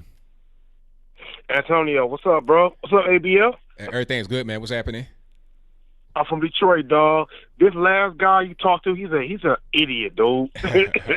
Real talk, man. Look, dog, I'm from Detroit, man, right? So I came conservative when Trump won the White House, right? So I'm like, these Democrats are idiots, and they're making people, they believe in the mainstream media. I'm like, these people are idiots. They be going against our own rights to make us back in slavery. You feel me? I'm with you. Yeah, so dog, I'm like, dude, this guy is an idiot. I mean, he trying to challenge you. He got no knowledge of it at all. I'm like, dude, well, look, ABL, I'm be real with you. All your viewers, dog. Look, I'm an ex-gang banger, right? Ex-blood, right? Right. You feel me, dog? I'm with you. And I see what the Democrat Party is doing. The Democrat Party is a Ku Klux Klan. I know history. And they're trying to divide the country through the mainstream media, CNN, MSNBC. I'm like, dog, why are black people so stupid? Why are we falling for the same tricks what Democrats do to our country? Think about it. I'm in a Democratic city. My roads is bad. I'm in Detroit, dog. My roads is bad.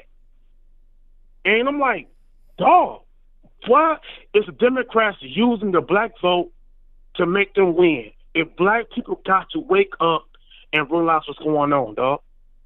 Like I said, I walked away from the Democratic Party like 4 years ago because I see what's going on, and I'm a father, so I see what's going on. I'm like, dog, people gotta wake up. And I try to tell everybody. When I was in Detroit, I had 1,700 people vote for Trump in Detroit. That's why he won Michigan.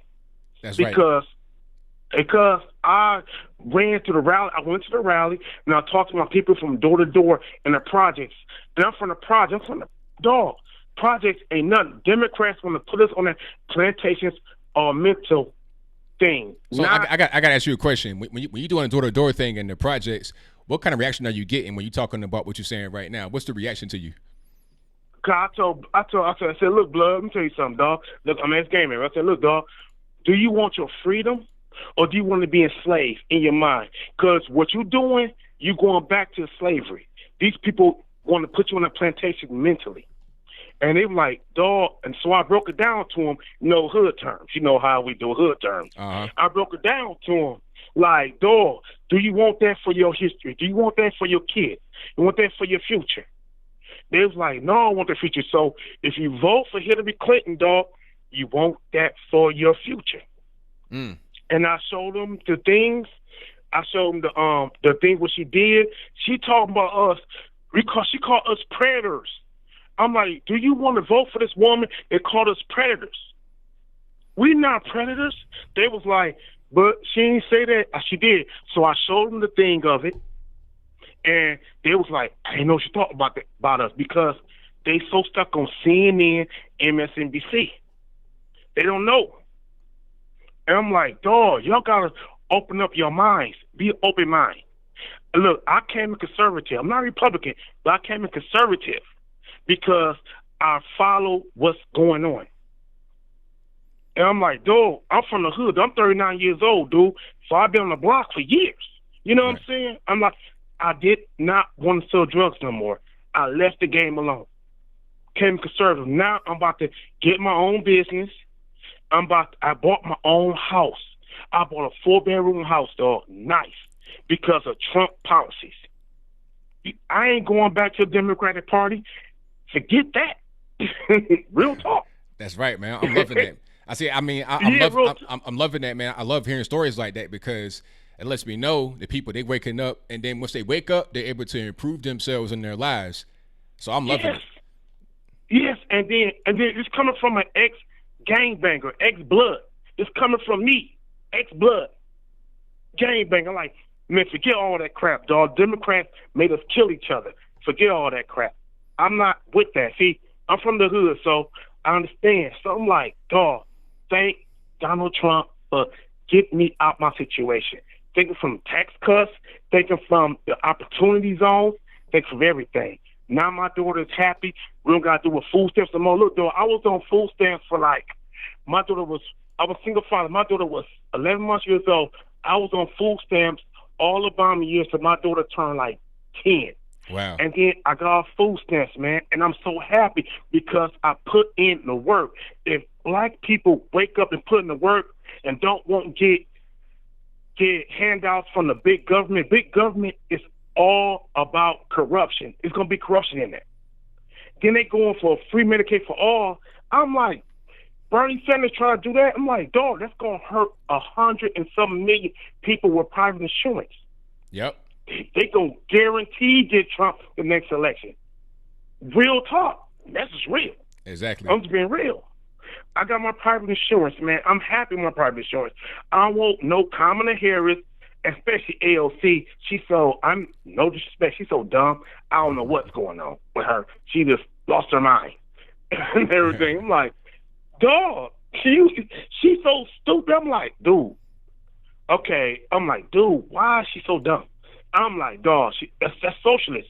They want to tear down the government and build their own protopia and make us the lower class citizens, middle class is gone, and make them the elite. They want to get rid of planes, but they gonna ride in planes. That's right. You feel me, AB? That's right. They're going to have their private plane. They can get in and go wherever they want to go, but you wouldn't go on a plane. Now you can't do that because you're not important enough. You're not one of us. You're not one of the elites.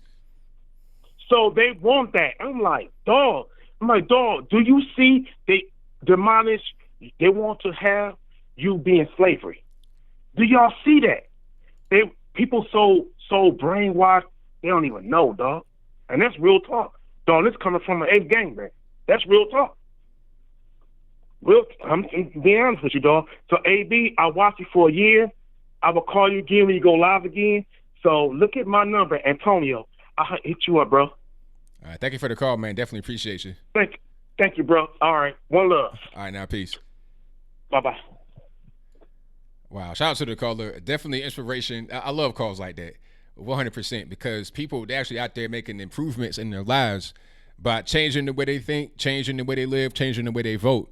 It's not superficial. You ain't going to just, vote for one particular party and just stay the same. You're going to change your mindset, vote the right way, act the right way, and you will improve your life. So I love hearing stories like that. Shout out to my man calling from Detroit, ex-Gamebanger. Hey, man, keep on rocking, Doc.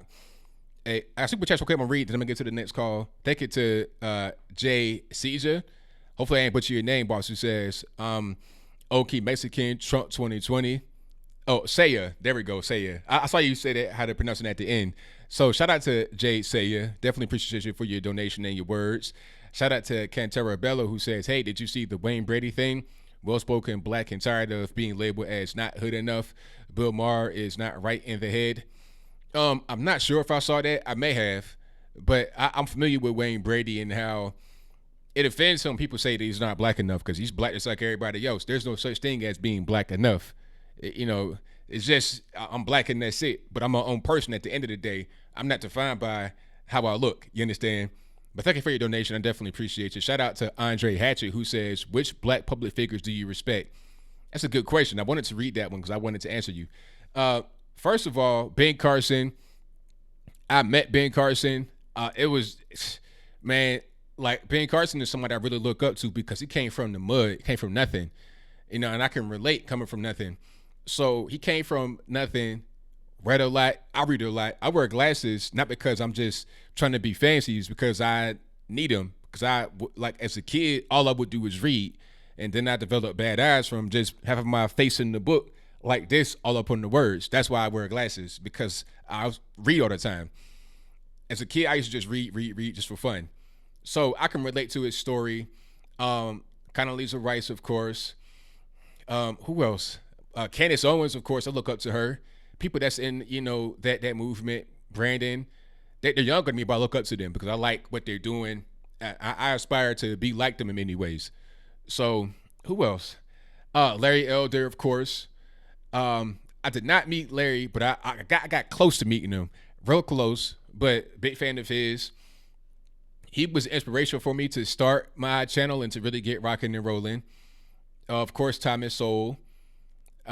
Just a brilliant mind, a brilliant thinker. I think what you want me to do, Andre, is name some liberals. I can't really do that. I don't know anybody on the left that I really admire or I respect. I might want to say Barack Obama, but I can't respect people that support abortion and stuff like, you know, nothing against Barack Obama. Like, I don't hate him, but I just can't be like, oh, that's a guy that I respect. You know, when I was younger, before I became conservative, I respected him because he was black, and that's it. I did not know about his policies, but if I would have known about his policies, then I would have been like, nah. But yeah, those are people that I really respect. I know there's more, but we got a limited amount of time. I don't have that much time to really think. But shout out to you for your donation, man. Definitely appreciate you. Let me get to the next call. The number to call is 434-658-1220. Do not be afraid to call. All right. And shout out to my man Shreeves for becoming a member, ABL supporter. And thank you to Sushi for the donation and saying a government big enough to give you everything is also powerful enough to take it all away. Exactly. 100%. When the government gets so big, they control you. They give you everything, but now they control it.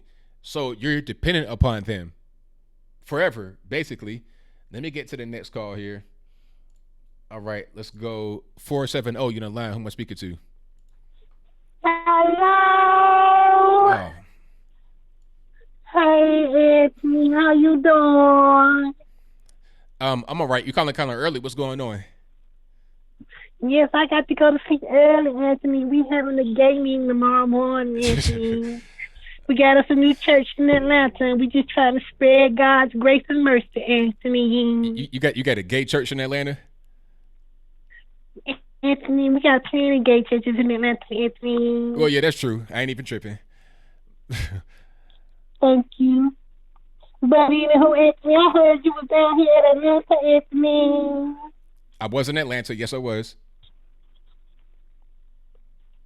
Why you ain't give me a call and let me know you was coming to town, Anthony? Look, I do not have your number, so don't even do that. Yes, you do.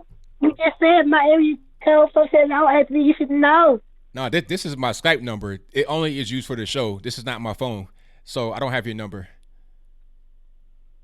Well, that's my real number, Anthony. You just write that thing down. So when you come to Atlanta, you call me, Anthony. You can come into my city and let me know, Anthony. Okay, Anthony? Hey, I can't do nothing about that. You gotta just look at the social media, and that's gonna be your best bet. Whatever, Anthony. Down here with that orange man. I see you still with him, huh? Trump 2020. You already know what it is. That ain't what Adam Schiff said. He said he gonna have his man out of here, Anthony. I say good luck with that. I don't see him having any kind of success with the impeachment, so good luck. Whatever, Anthony. Whatever. And I see your other little friend, that little, whatever. Hey, look. Hey, relax. Chill. Well, hey, this PG show, sir, so don't do too much. Excuse me? Yes, ma'am, boo. PG. But anywho, X-rated. But anywho, Anthony, did you hear about what happened, Anthony? What happened to who? That man, he got killed over that Popeye's chicken sandwich, Anthony. I am in the laugh, but I did hear about that. That's crazy, but I saw it coming.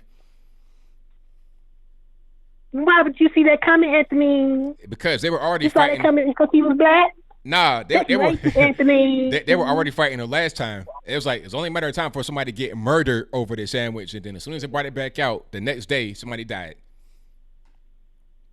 Well, I had me one. I tell you, they are good anyway. I'm gonna get me another one, Anthony. Hey, just be careful out there. Bring your gun. I sure will. Me and my boyfriend, we're gonna bring our guns and we're gonna go get us some chicken sandwiches. But anyway, boo.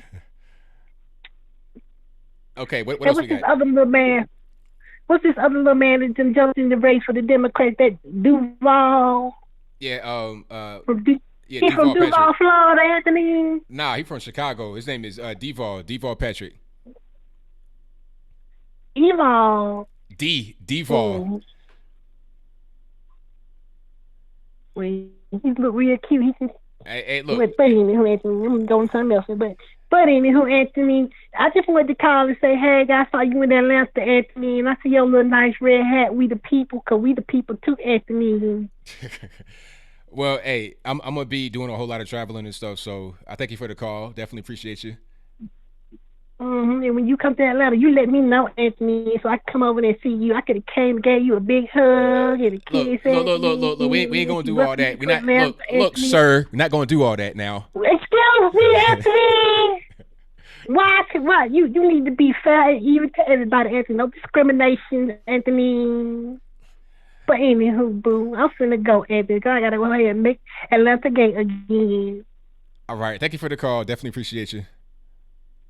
Okay, Anthony, Brian, Logan. I'll see you next time. Look, man, I don't know why y'all do that. Like, and we still not figured out who that person is. That's definitely a dude, ain't no question. But shout out to that person, whoever that is, that can take a joke, that can take being called sir and don't get triggered to the point where they want to call the police. But let me get to my next call.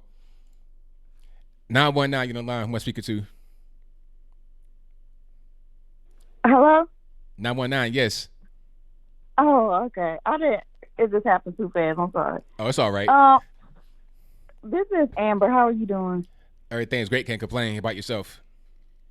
I'm doing well. So I wanted to ask, I don't know if you covered it. I kind of got in the live a little bit late. But I saw that you had commented on a video earlier today that O'Shea did about Candace Owens. Yeah. And the whole Fox News clip. Did you talk about that today? Or you got a video coming out? Well, I've not spoken about it. I mean, if you want to ask me, that's fine. I can talk about it now.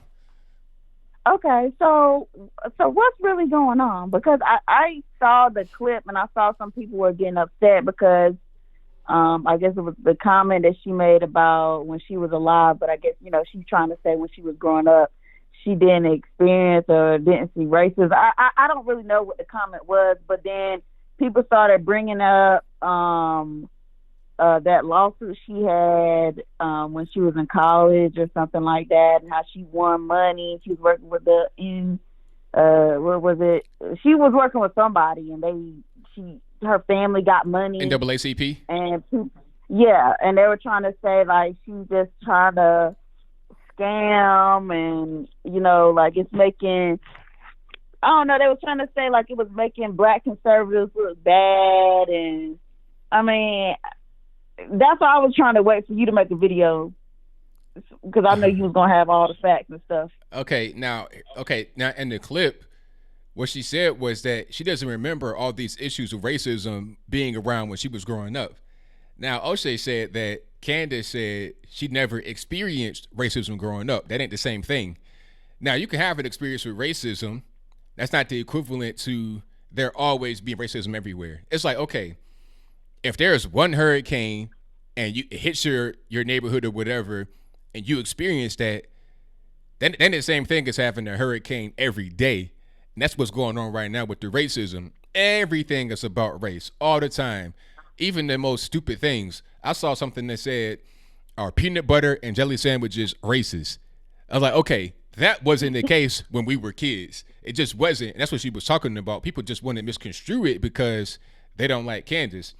People don't really like black conservatives all the time, and they'll find a reason to hate on them. That's all that it is. It ain't nothing else to it. Okay. So I guess I just have to look and see what she said. That's what I'm gonna look at that part. Now, another question I wanted to ask you. I don't know if you follow the whole ADOS issues, or I mean, some things that were coming out, and basically they were the movement changed from a lineage to a political party. And if you, they're telling people now in this political party that you have to down ballot vote Democrat for you to, I guess, to get reparations. They didn't even say what it was for. They're telling people to vote down ballot Democrat, but then leave the president's ballot like empty. Don't say anything. Like, don't put anything. Leave it blank. So I just want to know, because I got so confused, because I'm a black conservative and my lineage is ADOS, but how do I fit now that you switch into a political party? I'm not Yeah. I'm not signing up See, for that. the whole thing is just kind of silly because you got all kind of little movements going on. You had ADOS first, then it was foundational Black Americans or something. Like that's Tariq Nasheed's little outlet. You got different people, different personalities. You got Tone Talks and Yvette Carnell. They have ADOS. Tariq Nasheed has the Foundational Black Americans. It's like the same thing, but different people heading it up, depending upon who you want to follow. And then I'm hearing about ADOS saying you got to vote a certain way, down ballot Democrat. It's really just coming from the two people that are involved. So it's just kind of weird. I think people are just coming up with content for the YouTube channel. It spreads, and then it becomes the rules for the organization. But I think what should happen first is that if you want it to be a political party or some kind of real organization, set up the organization first, and then have like a rule book or some kind of guidelines. Then talk about that rather than just be randomly on YouTube, live shows, making up stuff as you go along and adding it to it. It just seems kind of random and haphazard. It's not a real thing. So I don't identify with any of those things. And then quite frankly, a lot of people have no idea of knowing if they're quote unquote ADOS or not. Because what does it even mean? I don't even know what that means really. And for people in the chat that don't know, ADOS stands for American Descendants of Slavery. So if you are a black person, you can trace your lineage all the way back to the boat, or at least until slavery. That means you're ADOS, and then you are privy to get reparations. But most people, most black folks in America are not going to be 100% black. At a certain point in recent history, there's going to be a white person, it'll be a native person, and it'll be somebody that came from the Caribbean before they came to America. But my thing is, why does it even matter? If you came from Africa, isn't that a foreign country? You could have came in the 1800s, but a person who has lineage that goes back to 1600, if they got a grandma that came from Haiti in the 1800s, they're not ADOS. The whole thing is just kind of silly. It doesn't make any sense to me, so I don't even subscribe to any of that. I get what you're saying with that, but even with being the American descendant of slavery, like, what does that have to do with you voting Democrat? That's where I am confused. It's nothing. That part. It's nothing. It has nothing to do with it. All they doing is just talking on the YouTube channel, making up stuff as they go along, and then adding that to the rule book. I personally think it's more than just a YouTube channel. Like, they're getting paid by Democrats. So the only thing I had to say about it was, okay, well, you're telling me to vote Democrat. So what's the difference between Tone Talks and Yvette or ADOS telling me to vote Democrat versus if a white liberal tells me to vote Democrat? It's the same thing. You're not doing anything to the system. The whole thing about, black people, they're going to try to control the Democrat Party.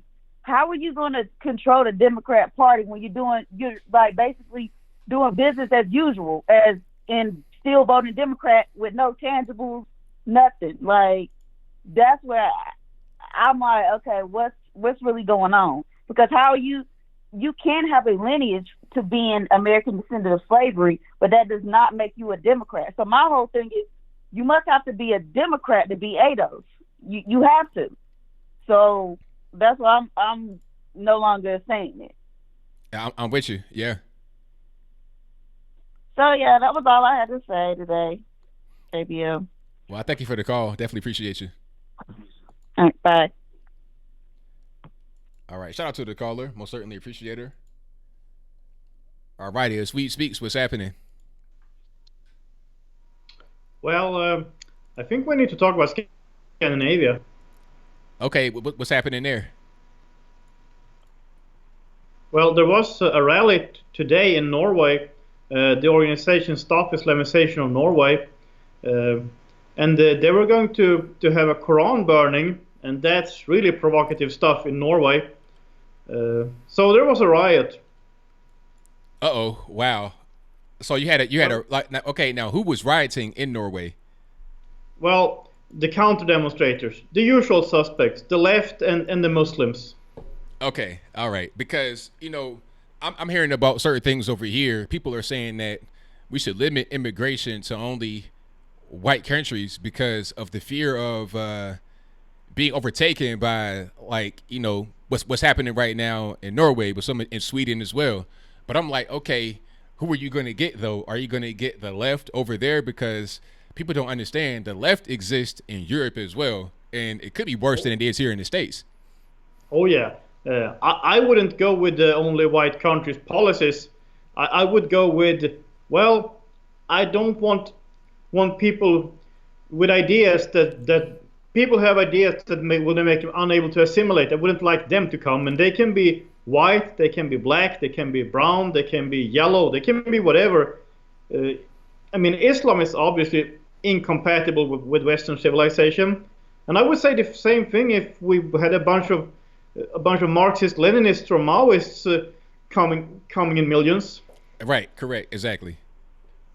So, well, there's sort of a backstory to this. There was a court case in Norway where two of the people in Stop Islamization of Norway were charged with hate speech. One of them was freed, but the other one, he was sentenced to 30 days of probation and something like $2,700 in fines for speech because of brochures, flyers he had been handing out. And you could like or dislike what the flyer said, but the point is, this is what you get for speech. Wow, and he wasn't telling anyone to go out killing anyone, but he was describing what he considered to be Muslim behavior and the behavior that derives from the Quran and from the Hadith and from Muhammad's own example. So that's kind of the backstory to the rally they had today.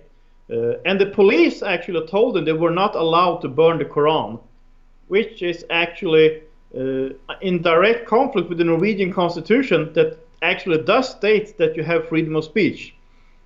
So in the end, well, one of them said that, okay, we'll throw the Quran in a trash can instead, and so he did. And there were these barriers that they had put up, but they kind of broke down. A lot of people started running towards the barriers to get in, and they did. And at the same time, someone else started burning a Quran. So of course, fights broke out. The police turned out the fire, by the way, and stopped the entire rally. And I know there was one woman who she was kind of beaten up by a Muslim woman who was shouting Allah Akbar and saying that she was going to kill her, but well, she didn't manage to do that. I would have wished I would have been able to be there, but I'm in Sweden right now, so I've been following all of this from a distance. Yeah, I mean, there's a whole lot going on there. I mean, now, is there going to be an end to this? Like, what's causing the problem? Is it just importing a lot of people that come from these places without really vetting them properly, just like the refugee crisis? Or is it those that have been there for a while, like second and third generation Norwegians that happen to be Islamic? Well, I think a lot of this is the second and third generation, because sometimes people say that, but people who come from Islamic countries usually aren't that practicing, and that is true to some extent. But then they have kids, and their kids start looking for their identity because they go, I don't look like those other Norwegians, so I'm not sure what I am. And then they find Islam and become, not all of them, but some of them become radical Muslims instead because they're looking for an identity somewhere. It makes a lot of sense. It's the same thing going on sometimes here in the States, Canada too, where, people, they're trying to find themselves. They may have immigrant parents or like second generation. They feel like they don't really fit in. And a lot of times they go online, find some radical person, start following them, and then they say, okay, this is my identity now. And then they try to go to Syria somewhere and wind up dead and fight for ISIS. That's usually how it goes. Yeah, because if I understood the news correct, the U.S. Congress declared that, that the Armenian genocide was a real thing, that Turkey did. And the one person who voted against was Ilhan Omar, right? Yeah. Yeah, because she wouldn't want to say an Islamic regime did anything bad against these Armenian Christians. Yeah, very good point. Yeah, although I think she's kind of first generation, but of course we'll get to first generation people who are, more ideological Islamic too, of course. Right, and then like Ilhan Omar, she's living in the community up in Minnesota where it's like an enclave of Somalia, basically. So it's like if you're gonna find if you want to find people that have your same point of view, it wouldn't be that hard because you're right there. It's Right. It's the same people that you would find in Somalia that may have this point of views. You can find them right there in your local community in the United States. Yeah. Which means you don't have to assimilate. Right, exactly. Because, I'm still waiting for my visa. We sent in the last documents a few days ago, the documents that I didn't know that they needed, but they have them now. So hopefully everything will be good. Before Christmas, I would like, but I don't know. Maybe I'll have to wait until Valentine's or something. Well, hopefully it'll be soon, man, because, you're doing it the right way. You deserve it. Unlike people that are coming across the border illegally, just breaking the law. You're following the law, man, you deserve it, man. So hopefully it works out for you pretty soon. Yeah. So, well, apart from that, there's been explosions in Sweden. There's been carjackings in Sweden. There's been robberies, including a teenager getting his ear cut off during a gang robbery. I'm trying to follow the news from Sweden, but it's just so much. So I'm like, I don't have a chance on commenting on more than a fragment of it. Yeah, it seems like at one point with Sweden, there would be stories here and there, like big stories here and there. But now it's like it's big stories all the time. It's just kind of ramping up. Yeah. So, well, I would like for Sweden to be a shining example for the rest of the world, but as it is right now, it's a warning example. And the sad thing is, Sweden's neighbors, Norway and Finland, they're kind of following in Sweden's footsteps. Yeah, that's unfortunate, because I heard that Finland was trying to just ward off a lot of that stuff, but I heard about that guy. What was that? The hoax about the cat ride or something. He said that he was victim of racism. Have you heard about that in Sweden? I mean Finland. Pardon me. Yeah. I don't know what story that is. Okay. There is a story related to speech in Finland. There is this politician, or I think she's still a member of parliament, or maybe she's a former member of parliament, but she's a Christian Democrat, and she criticized that the Lutheran Church in Finland decided to participate in Helsinki Pride, because she thought the church shouldn't support this event. So she criticized it, and then she was called in for questioning by the police, and now she's under suspicion of hate speech. Wow. And I'm like, but that's what a Christian is supposed to think. I mean, you can like it or not, but that's what we're supposed to think about this. And I mean, we're not going to throw any homosexuals off buildings or anything like that. I mean, we're not savages, but that's what the Bible tells us. So when they say you're not allowed to say this because it's offensive, well, then you can't say anything. Oh, very true, man. Very true. So, I mean, you really have to stick to the First and the Second Amendments. I think they're connected. Oh, absolutely. Without one, it's hard to have the other. You got to have both. The second one supports the first all day long. Yeah. All right, man. Well, yeah, I think that's pretty much it. I was watching Candace Owens' latest thing as Blexit. Were you there? I was there, yes, in Atlanta. Yeah. That was pretty touching, actually. Yeah, it was a great thing. Me and T-Pain went. It was a great experience. Met a lot of great people. It was good to be in a space of people that are like-minded. You could talk and you can be free. You don't have to be on eggshells or try not to offend. Everybody's cool. Everybody's super nice. Right. I was actually interviewed in a Swedish podcast a few days ago about black conservatism in the U.S. because I've got this friend who's a podcaster who is, well, actually adopted from India, but, well, he grew up in Sweden. And he said, maybe I could talk to you about this because you kind of have inside knowledge. And I know a few things about this. Okay. That's right. So your name was mentioned. Oh, okay. Yeah, among some other examples of, well, the new wave of black conservatism in the U.S. And correct me if I'm wrong, but I said that we have to understand that Blexit is not an identity politics movement. At least that's not my impression. No, not at all. We're just trying to get black folks to understand what's going on and to do outreach. And a lot of black folks have been begging for outreach for years and years.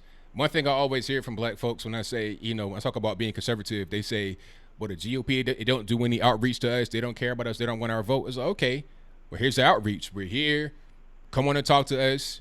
You can be like us. The end game is to get everybody on the same page, regardless of race, color, whatever. It doesn't matter. everybody's going to be on the same page to push forward conservatism. That's the end goal, not to have a group segmented off and to never get out of that group. That's identity politics.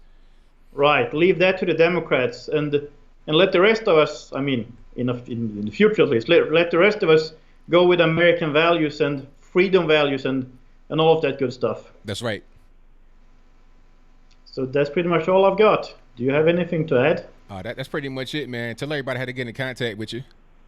Yeah, absolutely. You can go to https://swedespeaks.com. All right, man. Thank you for the call as always, Sweet. Definitely appreciate you. Thank you for taking my call. No Have problem. a great evening. Same to you now. Okay, bye. All right, thank you to my man, the Sweet Speaks, for the call. Most certainly appreciate him. 100%. I see you in the chat, Shirley. All righty. But let me get to my next call. Let's go with, hold on. 720, you're on the line. Who am I speaking to? Oh, hey, ABL, this is Russ. How are you, man? Everything's good, man. Can't complain. How about yourself? Oh, I'm doing okay. The last couple days on TV were a circus, man. A circus is the word for it, 100%. I mean, you talk about the impeachment inquiry, correct? Oh, gosh, yes. When you had Kenton Taylor up there, and then you had crybaby Marie Yovanovitch, who I don't even know why she was there, because the phone call happened after she was fired, about 2 months after she was fired. So why is she up there? Okay. That was my question exactly from the very beginning. She said, okay, I had been fired for 2 months when the phone call happened, and I don't know anything about the withholding of aid from Ukraine. So I was like, okay, if you said that from the beginning, we can go ahead and just move on to the next person. Why are you talking? You don't know anything. Well, yeah, and I'm sitting there thinking, okay, what they're doing is, this is kind of like a Kavanaugh hearing all over again, when you had Christine Ballsy Ford up there crying her eyes out, okay? You had Marie up there putting on a performance, crying crocodile tears and saying, you know, I'm just trying to save our democracy here. Well, no, what you're trying to do is you're trying to cover for the deep state, because these people who have been in Washington for years have, you know, worked through multiple presidents, and they think they're the ones that run foreign policy, not the president of the United States. And so for Trump to come in there and like a bull in a china shop and just totally, upend things just kind of rattles them, and this is their way of fighting back. This is why they're holding the impeachment hearings. It's not some stupid phone call. It's that he's draining the swamp, and people like me are cheering for him because of it. That's right, 100%. You know, and I see people on, especially on Fox, they were saying that Marie's performance and the crying everything was, what was it calling? It's like, oh yeah, she was a sympathetic figure. I'm looking at it as like, okay, what planet are you on? Right. I have no sympathy for her whatsoever. She wasn't even there. She wasn't working. And what she's doing is technically making a human resources complaint to the public, because Trump's coming in there like a bull in a china shop and actually draining the swamp. And, you know, what I want to say to some fellow Trump supporters who are just thinking, oh my gosh, can we just stop this drama? Can we just have a little peace? Can we just get along and work together for the good of our country? Well, you know what? I'm going to give an answer for that. And this is quoting Rush Limbaugh. He said, my support for Donald Trump has never been greater than it is right now. It is paramountly obvious watching this. These people have to go. You elected Donald Trump to drain the swamp. Well, dismissing people like Yovanovitch is what it looks like. Dismissing people like Kenton Taylor, dismissing everybody involved from the Obama holdover days, trying to undermine Trump, getting rid of these people. This is what it looks like. It was never going to be clean. They are never going to sit there and idly by and let Trump do this. That's right, 100%. I mean, the swamp, they're definitely fighting back. They're fighting back on all fronts, on all sides. Like, when he said he was going to drain the swamp, I knew that it would not be an easy task, because I know how DC is. It's like an octopus, and it has its tentacles and everything all around that area and all around the world, really. So it wasn't going to be an easy thing to accomplish. So all of what's happening right now is of no surprise. Well, and I'm thinking here, ABL, that these people have lived and worked in Washington for years. People like us are nothing but a bunch of plebes. These unelected, nameless, faceless figures look at us and think that we're just a bunch of plebeians. We're a joke to them because we elected an outsider to come in and fix a place, and they're going to try to make sure that this never happens again. And so they're running around thinking he doesn't run foreign policy. We do. We've been doing this for years, and it's never going to change. And so for him to come in like a bull in a china shop is just, we're just not going to allow that. Hence, these impeachment hearings start happening. There's nothing to be impeached over. This phone call, there was nothing illegal about it. I've read the transcript. There is nothing illegal whatsoever. There was no quid pro quo or anything of that nature. And so for lying pencil neck Schiff to continue this sham is a joke, okay? And I'm sick and tired of it. And I'm just thinking that the Democrat presidential candidates, they're not talking about it unless they're asked about it. They're talking about how much free stuff they're going to give away. But you notice how they don't get media coverage? Why? Because you have the hearings right now going on. You have constant impeach being shoved down our throats by pencil neck Schiff. And I'm sitting here laughing because it's a joke, okay? And what they're doing is they're just the Democrats are sowing the seeds for a landslide defeat, because what they are doing is they are making sure that Trump voters like myself just support him even more, okay?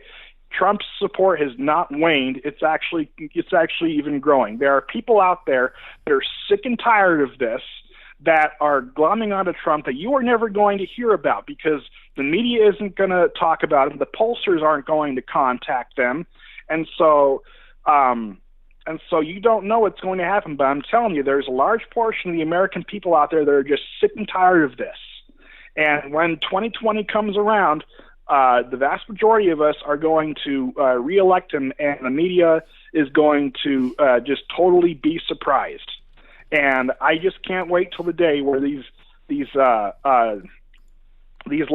over here who are just so anti-Trump, suffering from Trump derangement syndrome, I cannot wait for the day when they just go nuts again, just like they did in 2016, because it's going to happen again.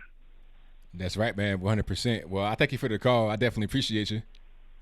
Yeah, anytime. Take care, man. All right. Same to you. Bye. All right. Great call. Shout out to all you guys for the great calls tonight. I appreciate you.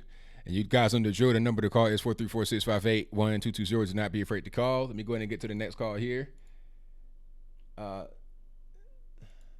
Because it's 206 on line. Who am I speaking to? Turn your speakers on in the background for me, please.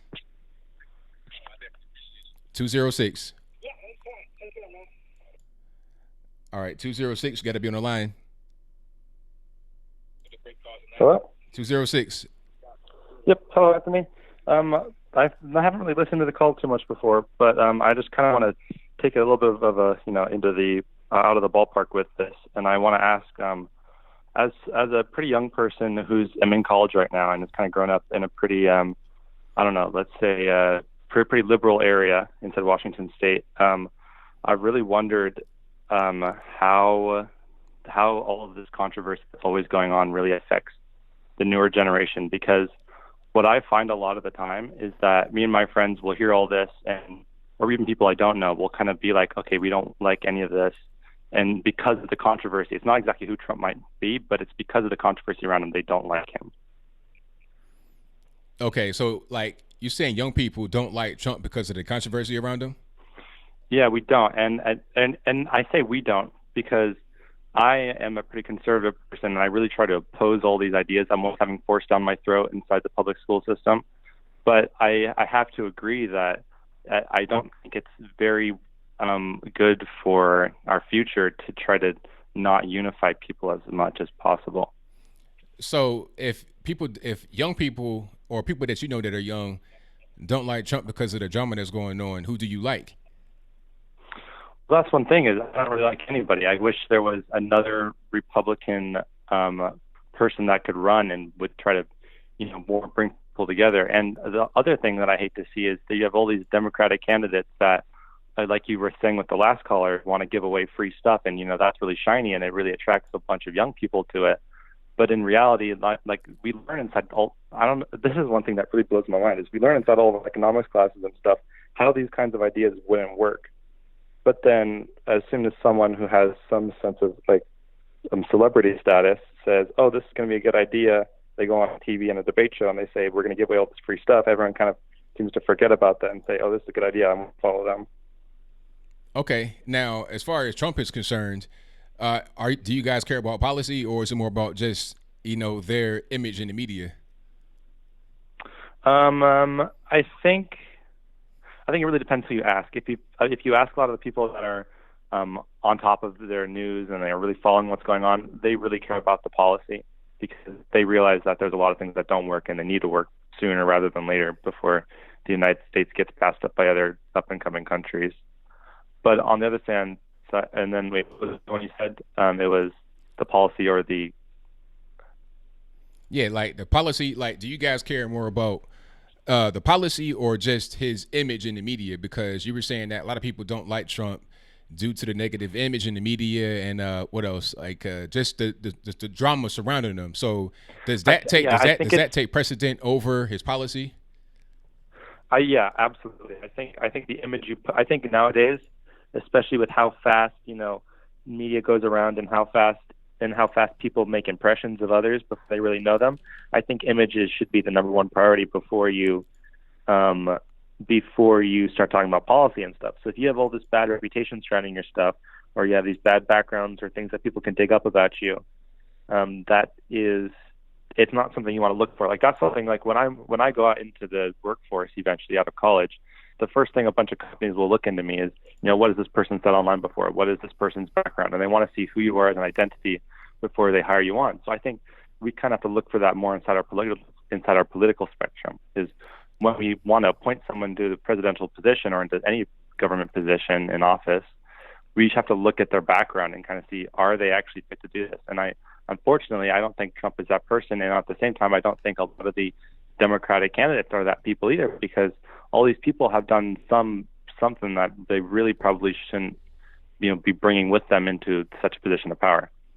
Now, how do you feel about the media in general? Do you trust them? Do you think that when you're watching CNN, ABC, NBC, CBS, Fox, absolutely even? Not. I think everyone's on there are a bunch of clowns, and I really think that journalism today is just not as good as it is.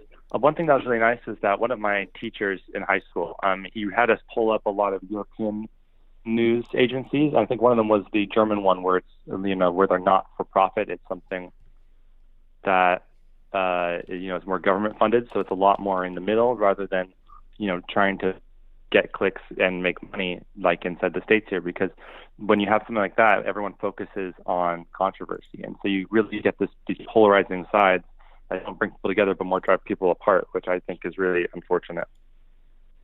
Okay, now if you don't trust the media, you realize that it's a bunch of BS, then why would you put your faith in the media's depiction of Trump? Because a lot of these things that are happening, the media are blowing it up to make it appear to be more than what it is. I mean, this whole thing with Russia, I mean, what was that really? They spent how much money? They spent $40 million. Yeah, the Russia thing I think is baloney. But see, all of the drama that's surrounding them is being blown up by the media. It's really, truly nothing, but the media blows it up, because when you're talking about Washington, D.C., politics in general can be a dirty game. And that's just how D.C. is, and it's been like that for a very long time, since the beginning. I mean, they killed Abraham Lincoln after he freed the slaves. So the Game of Thrones, but inside Washington, D.C. It's been going on for a long time, but the media, they'll make things appear to be a certain way. They'll magnify a thing just to make the person look bad. So if you put somebody else in there that is more controllable, that has policies that the media and the left, which is the same thing as media, then it won't be as much attention on them, even though it could be the same things happening behind the scenes. So also another thing, you're talking about this deep state, the swamp. Some say it's a conspiracy theory, but I've been in DC many times, and I know people that work in DC on the Hill, they live on the Hill. It's deep. It's really deep. The surrounding area of DC, Virginia and Maryland, is the richest area in the nation. by far, beyond San Francisco, New York. It's the richest area in the nation. There's no industry up there. The only thing that they have is the federal government. All those jobs up there, people will fight tooth and nail to keep those jobs. It's all centered around the government. So when you're trying to upset that whole balance, the richest area in the United States, you're going to have a lot of kickback. That's going to create drama as well. So do you think that a lot of the drama that's happening is A, just blown up by the media, and B, necessary due to what he's trying to accomplish, unlike a lot of the other establishment people? Well, that's the thing is like when people really talk about the deep state, my first inclination towards that is to really just kind of like lean back and say, well, is that more of a conspiracy or not? But I have no doubt in my mind that there are people there inside every single inch of that office. Maybe they are a front facer and they're behind the scenes that have very bad intentions all the time. And so I think it's important to realize that that's always going to be a thing. There's no way to clear that. And so you have to try to take the media out of it. And I think that's probably impossible at this point in time. But when you have people that are able to be steered by those people with bad intentions, such as the media, and they have the ability to blow things up, that's really when it gets bad. And so I don't really see, when I talk about the controversy surrounding Trump, for example, I don't really think about the Russia investigation or the Ukraine call or how any of that. Like, that's not really think about. I think of more of like him as a person, where you have all these scandals that have happened in the past, whether they have a lot of basis or not. I think it's just things like that as a person rather than things that he does. So then, if we go back to this, the problem that I have with the media blowing things like this up is that when they take the things like the Russia investigation or with the phone call, the impeachment hearing that's going on right now, they blow it up on the media, so other people that aren't knowledgeable to look for information themselves, they just follow what they hear, which is what I think is the majority of what people my age and older do. Is they just digest all this and they don't think about it. They just assume what they're being told is true and the only truth, which I think it's dangerous that you have kids my age that are grown up watching CNN only because their parents brainwash them into thinking like this is the only thing you should be watching. And they get all these, as you're talking about even earlier, that, while people are trying to find their identity, they think this is right. When media blows stuff up, it has to be true. When in reality, I really don't think it is. Right. I got you, man. Well, hey, it's been a great call. You got to call back sometime, but I'm kind of running low on time for this particular call. So I thank you for the call, man. All right, definitely thank you very appreciate much, it. All right. Now, take care. Have a good one. Bye-bye. All right. Shout out to the caller. Hey, I appreciate that call. He's a young man asking questions. Thank you, man. I appreciate that call. Call back. You could talk some more because I wanted to say more. I wanted to talk more, but I just got a limited amount of time. So shout out to the caller. I most certainly appreciate him. I'm going to play a clip right here from Stephen A. Smith about this whole Colin Kaepernick situation. I just happened to be on Twitter just now, just looking to see if there's any breaking news. And I see this video that says he doesn't want to play, talking about Kaepernick, I suppose. Let's see exactly what he's talking about in the video. Excuse me. So let me get this straight. Colin Kaepernick has been working out all of this time. Him, people in his camp, his close ones, loved ones, everybody talking about he wants to play football. He wants to play football. He's ready to play. Just give him the chance. So what does the NFL do? Recognizing that teams need a shield because they need something to hide behind, because they know that, guess what? If we bring this brother in for a workout and we don't like him or we don't want him, who knows what we're going to get accused of. We need cover. So the NFL provides that. I have no doubt Jay-Z's involved. I have no doubt Roger Goodell is involved. I have no doubt there's a host of people involved, but forget all of that. This man wanted a chance. 25 teams show up in Georgia at the Atlanta Falcons practice facility, state-of-the-art facility, NFL personnel, equipment, everything, video, everything. And what does Colin Kaepernick do? Not Tuesday when he found out about it, not Wednesday, not Thursday, not Friday, Saturday. 3 hours before the workout. Because of some issue with a liability waiver. Colin Kaepernick wants to change the venue. Colin Kaepernick wants his own receivers. Colin Kaepernick wants to video things himself. Colin Kaepernick wants the media. This Colin Kaepernick, media can't find him. He ain't done no interviews. He ain't talked to nobody. Media can't find him, but he wants to do it. He wants the media available now. You see, he don't want to play. Yeah. He wants to be a martyr. But guess what? It ain't working this time. All of us believe that Colin Kaepernick would have showed out. And if he had showed out, I'm here to tell you, I believe he would have had a job inside of 2 weeks. But it didn't happen because he didn't show. He wanted to show up to a high school in Georgia. Not an NFL facility, a high school. And then YouTube it live. Like the average Joe out there gets to decide if he's on the NFL roster. You don't want to work. You just want to make noise.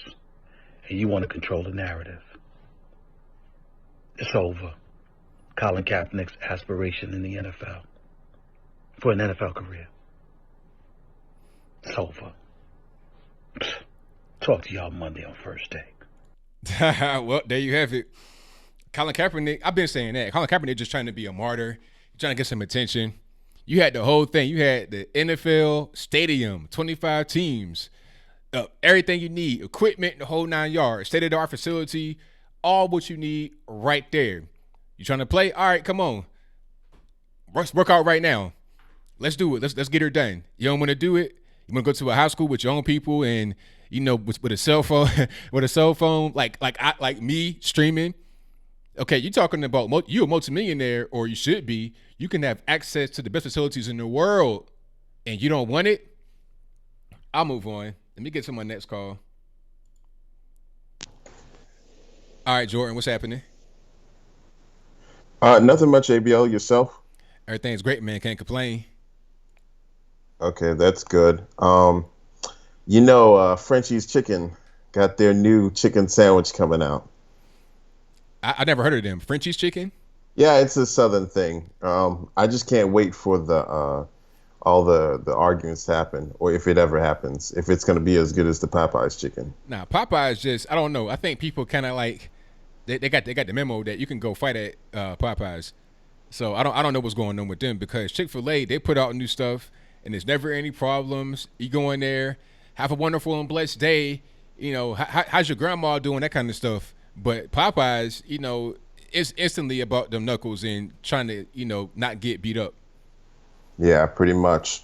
There's also, you heard about Kanye West and the jail he went to up in my county, Harris County? Yeah, I saw some of that, yeah. How would you think? I thought that was pretty interesting. I thought that it was cool that he went to, you know, to see the inmates, because a lot of times they don't get too much attention. It was interesting to say the least. I was surprised that everything was secure and the inmates were cool, because, you know, sometimes I see the pictures of them pretty much praising the music. Yeah, yeah. You know, that was interesting. Also, and I think I wanted to get your thoughts on the Rodney Reed stay of execution that they just had. I mean, it's a shame. They should have went ahead and just lit him on fire for real, because the dude is a rapist. Everybody knows it. People trying to protect this man are willfully ignorant. They're not reading the case. Talking about he didn't rape Stacey Stites. Where's the evidence that he didn't rape her? You know, they're trying to say that the boyfriend at the time may have done it, but where's the evidence that he did it? The only DNA that was found on her, in her, anywhere else was Rodney Reed's. He raped somebody else on that same route, tried to kidnap him and rape him. She escaped and pointed him out of a lineup. There's DNA evidence on her, Stacey Stites, a 12-year-old girl, a disabled woman, and I think 2 other women. So you have a serial rapist, a crack smoker, a crack dealer, an abuser, a murderer, a kidnapper, a home invader. I mean, this dude should have got the rope ASAP. He should not have been put on no stay of execution. Now, what I will say is that it's only a stay, so maybe they're gonna still in jail. He's still in jail. It's only a stay. He might go ahead and get sent up and fried later, but just not right today. Yeah. One of the things I was looking up this case, and what's interesting to me is that people like to talk about, and I'll keep this PG, the excrements found in her body, and want to try and to explain that. But then, like 99.5% of the press and all these online activists and these celebrities like Dr. Phil and Oprah Winfrey and all these other people don't mention that that's not the only DNA evidence that was found on him, on Stacey's body. There was also saliva across her bosom found too. Right. And I've only heard about one source, one website from, I think, the Tarrant County evidence chief, something of that sort, who has explained that because, the person who did the forensic evidence didn't change their gloves, it could be cross-contamination, but there's got to be evidence for that. And unfortunately, people are just sideswiping that in favor of just saying, Rodney Reed is innocent. And it's really sad. You see all these affidavits of people who didn't even see the crime happen, but they're just related to like the victim and the suspect. And everyone wants to believe them, like, oh yeah, this is new evidence. She's telling the truth. Please let Rodney Reed off on death row. And then actual forensic evidence comes, and they all want to dispute that. Yeah, they want to just ignore that. And I say, well, how did this DNA get in the 12-year-old? Don't nobody want to answer that question. And in my point of view, just on a 12-year-old alone, I'm not going to fight for this guy. I'm just, whatever happens to him. He made that bed. I can't do nothing for you. I'm not going to defend that guy. It is what it is. Yeah, and it's a whole lot of hypocrisy with the Me Too thing, because now we got people saying, it's not the hashtag isn't save Rodney Reed. The hashtag is free Rodney Reed. Yeah, free him. Like they want him to go home. It's like, really? You want that guy to go home? Okay. Shout out to my man Akin to Nation TV. He put out a video. He was like, okay, Kim, you want him to come home? Let him come live with you and your kids. See how that works. Exactly. And there was one more thing I wanted to say about it. I can't remember. I'll get back to that. Roger Stone, unfortunately, he was pretty entertaining when he was on InfoWars, but it's a shame that he's being charged with all counts. This is probably going to end up like a Reagan situation where you got a bunch of people who revolve around Trump or Trump has associated himself with that are corrupt and end up having to go to jail, but the president himself isn't corrupt, so nothing's going to happen to him. Yeah, and the thing about it is, it's like Roger Stone's not even corrupt. They're just trying to find something on him because, you can arrest and jail pretty much anybody for some of these crimes that they got on the books, but a lot of these crimes don't go. It's just not worth it to prosecute. The purpose of the prosecution is to intimidate, to try and get something on Trump.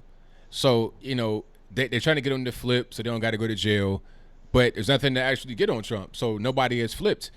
But unfortunately, for those that are caught up in this mess, they still got to go to jail because they did not, adhere to the terms. Okay, tell on Trump you won't go to jail. They didn't, so now they got to go to jail for a thing that they normally would not even get charged for at all. Yeah.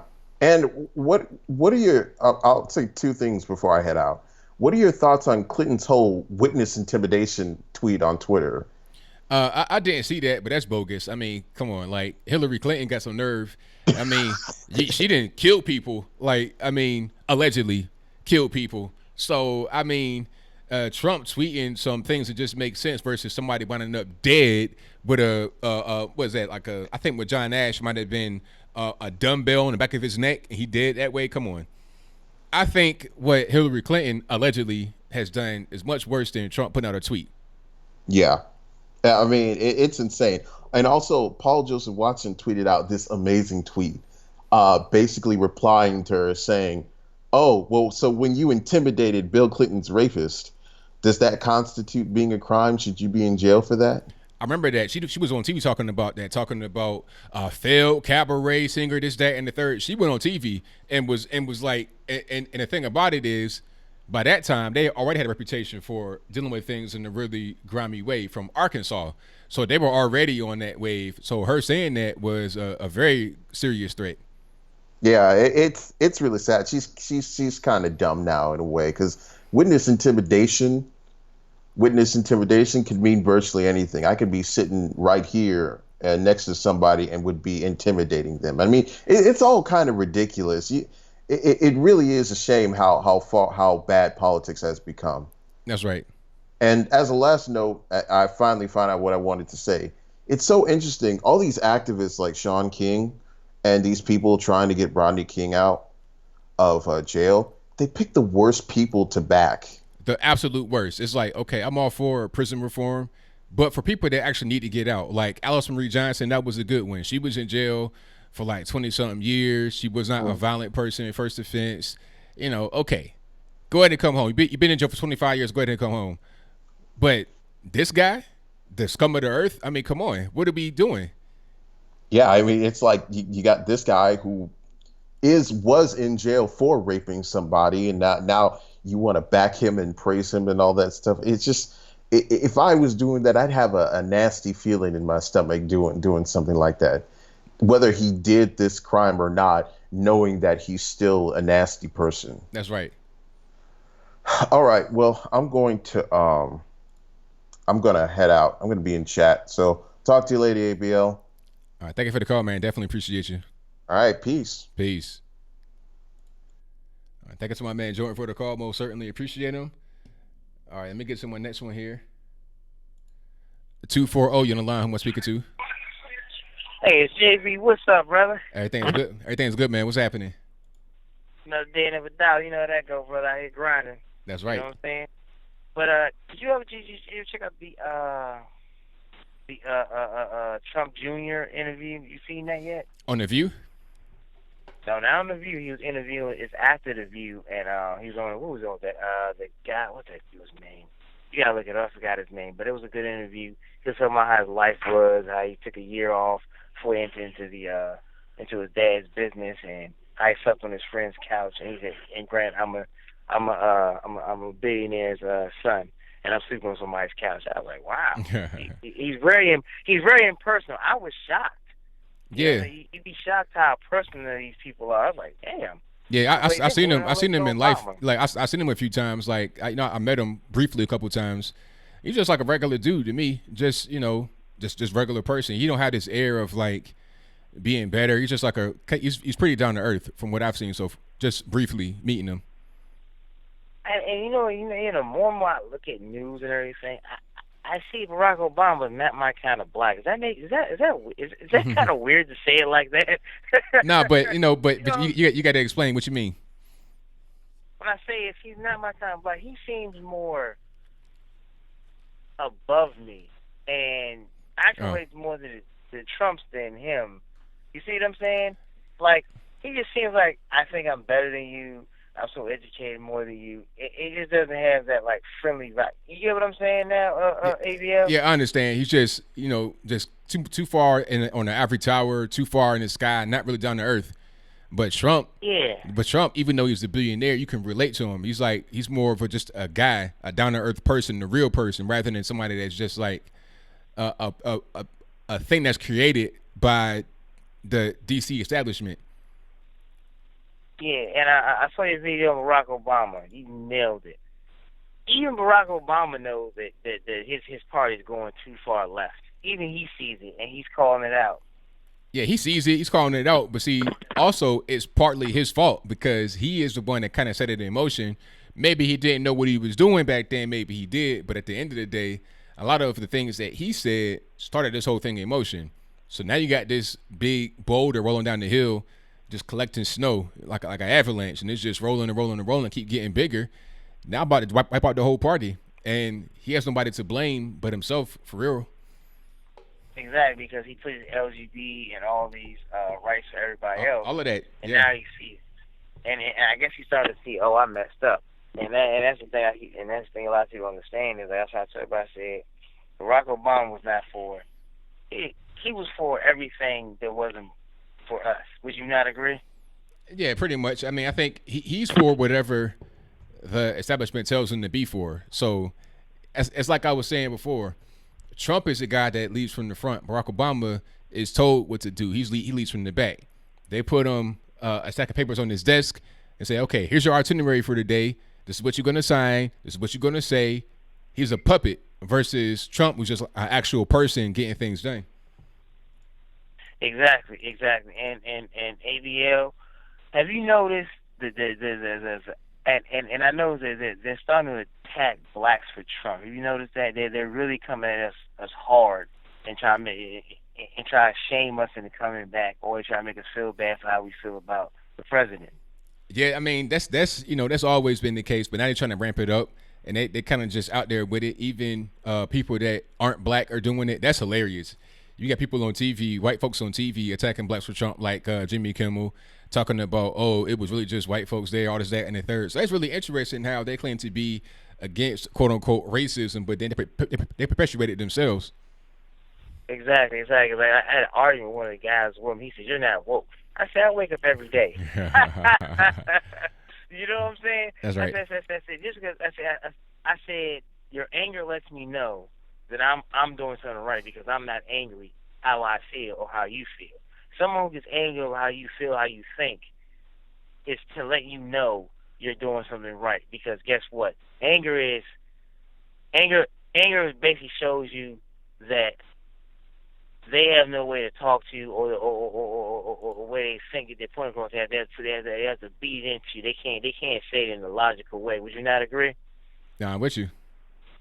Yeah, but I'm about to get off the air and everything. But thanks for taking my call, brother. Hey, did you get the Call of Duty yet, brother?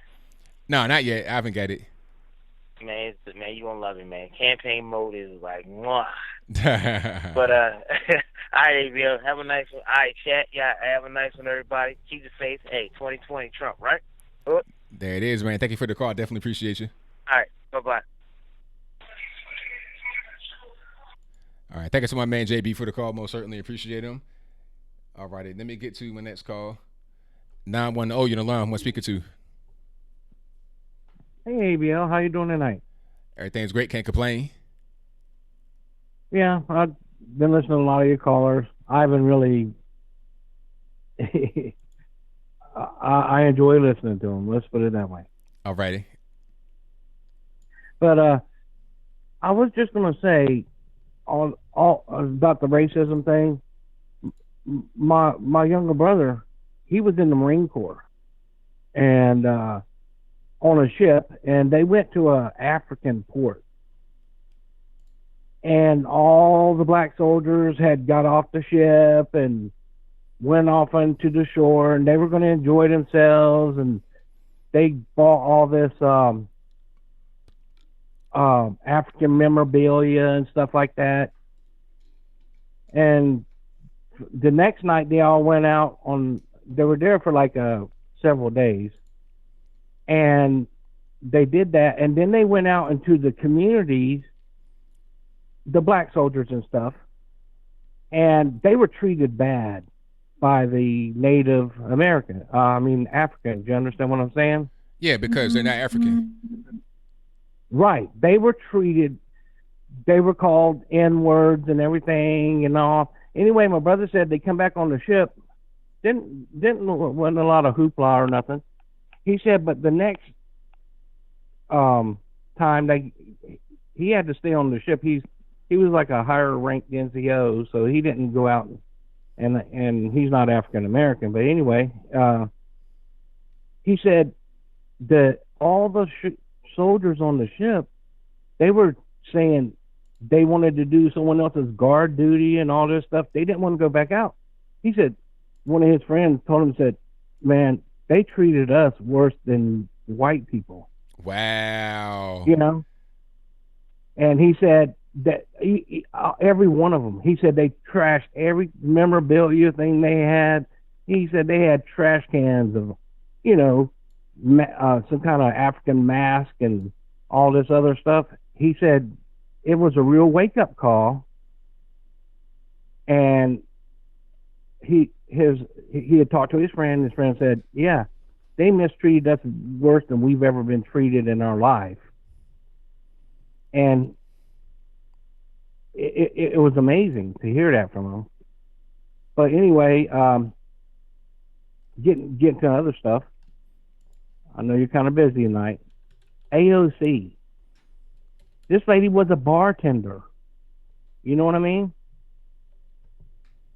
Yeah. Okay. So if I go to my local bar and I'm talking to my bartender, she don't know nothing. What she graduate from? Bartending school in New Jersey? I mean, and now, I just hope, I heard a young man, a military guy, who was going to run for her seat. Yeah, I hope so, because AOC, Talib, Presley, and what's the other one's name? Omar. Yeah, Ilhan Omar. Yep.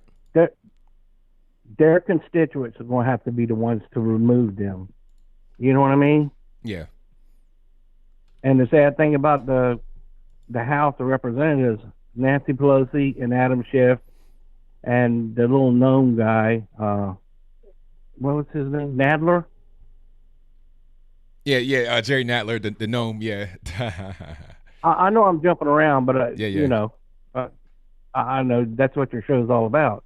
Yeah. But see, everybody's saying let's impeach Nancy Pelosi. Well, the only sad thing about that is only the people, the congressmen in her party, can make her the House, the Speaker of the House, because that they voted her in to be their Speaker, right?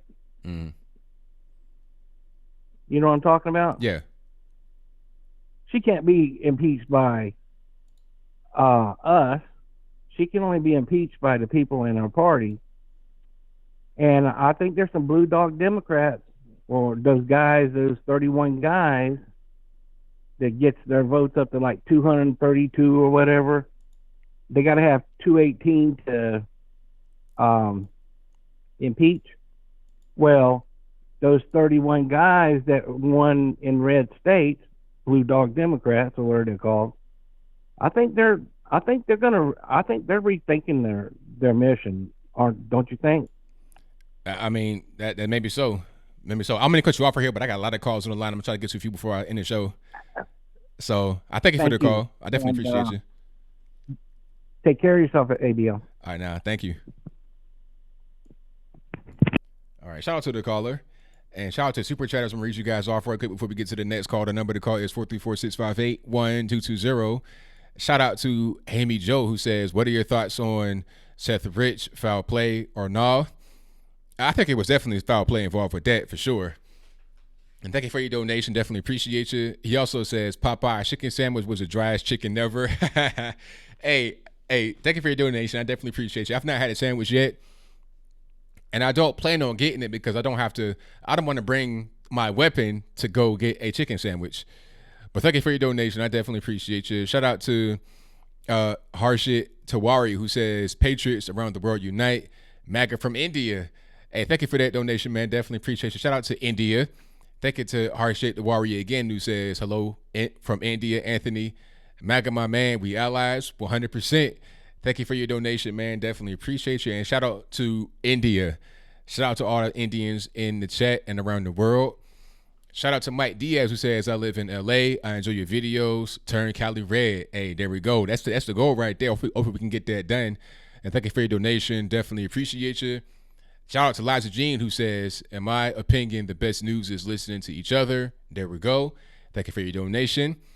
Shout out to Cantera Bella, who says, I am American, descendant of slaves, but don't desire or need cash for the blood spilled by my fellow Americans to set my ancestors free. Blessed. Very good words. Thank you for your donation. I definitely appreciate you. Nippin says, take off your mask, caller. We know you're Lucas. Thank you for that, man. Definitely appreciate you. Shout out to Amy Jo again, who says, why she sound like a South Park character? Hilarious. Thank you for that. Shout out to G. Carjala, who says, I'll double this, you hang up. LOL, been some real good callers tonight, though. Hey, I thank you for your donation. I definitely appreciate you. Thank you to John Kirsch for your donation. I appreciate you as well, boss. Shout out to Milos, who says, keep up the good work. ABL will do. Ain't no problem. Thank you for that. I most certainly appreciate you. I think I got everybody right there. Let me get back to the calls. The number to call is 434-658-1220. Let me get to the next one. All righty. Nippin', what's going on? Oh, I thought I would never get on. Hey, man, you on now, so what's happening? So, Colin Kaepernick is back. Yeah, I mean, I don't know if he's back. He had a tryout. Oh, God. He's irrelevant. He wants to be a martyr, not an athlete. Pretty much. Look, if I could earn a penny, that's you call that a dime in America. But if I could earn a penny for every lie I told, I'd be living. I'd be a billionaire. That's right. That's right. Yeah. So, and then the impeachment circus. Yeah, a circus. It's exactly what it is. A show. And even if he does get impeached, impeachment doesn't mean removal from office. That's what... I've said this before, and I'm going to say it again. Impeachment doesn't mean removal from office. That's right. And now there's something very new in Hollywood. You know James Bond? Yeah. When the new movie's gonna come out, they're not gonna call it a Bond girl. They're gonna call it a Bond person. What? Nah. Are you serious? They say, oh, it's too sexist calling it a Bond girl. So to be accurate is sexist? Yeah, apparently so. I tell you what I don't want to see is a Bond boy. I don't want to see that. Me neither. Call me a sexist. Yeah. But me neither. Right. Or a oh God, do not make it a trans. Bond trans. No, just no. If I had the money, if it's a trans woman or a trans whatever, I don't think I'm gonna watch the movie. Yeah, I feel you. I'm with you. A Bond girl is exactly that. A female character played by a female actress doing feminine things. That's it. That's right. It should be just that. Okay, you know what? If you want to have a Mulan type Bond girl, fair enough. A girl that can fight. I'm not against that. But what I am against is that they make the whole thing... You know what I mean? They just turn the whole thing on its head. Yeah, it's like genderless, nothing really going on. It's just not... You know... Yeah. You know, there were... Thank God it didn't go through, but you know the movie Frozen 2 is coming out? Okay, I haven't heard about it, but that's coming out? Yeah, Frozen 2, the Disney movie, you know, where a song called Let It Go has become, like, popularized. Apparently, they wanted to make the main character, Queen Elsa, a lesbian. Oh, yeah, I heard about that. That's crazy. It's like, come on. Yeah, I'm sorry, no. Nah, that's not. We talking about children here. It doesn't exist in royalty. I'm sorry, I don't want to sound like...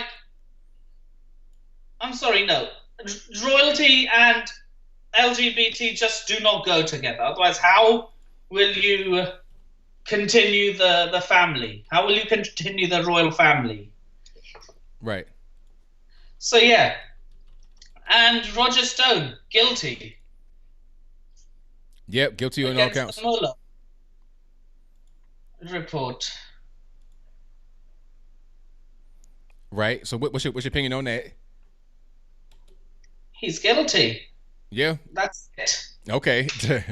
And yeah, about that Bond. You know what? I'd much rather see Idris Elba playing James Bond than see the whole Bond girl thing being scrapped. Oh, absolutely, 100%. I'd much rather have a black person play James Bond than, you know what? If I was to, if they were saying, okay, a black James Bond or a Bond person, I would say black James Bond in a heartbeat. Yeah, especially if it made sense.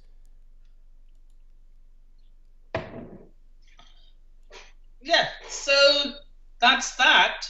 And now Devil Patrick, he's apparently thrown his hat into the ring, into the circus ring. Apparently. Yeah, apparently. They may as well fold. There's only going to be one winner. I mean, I'm not sure what they're going to do because, it's getting close to the 0 hour. It's almost a time for the primary. So I don't know what they're going to do. It's going to be interesting to see how it all plays out because they keep adding people. It's like, what are we doing? No idea. There's going to be one winner. That's it. And no, we're not going to try. And no, we're not going to try and change the thing for term limits in which he can stay in. No, we're not going to do that. Mm-mm. But yeah,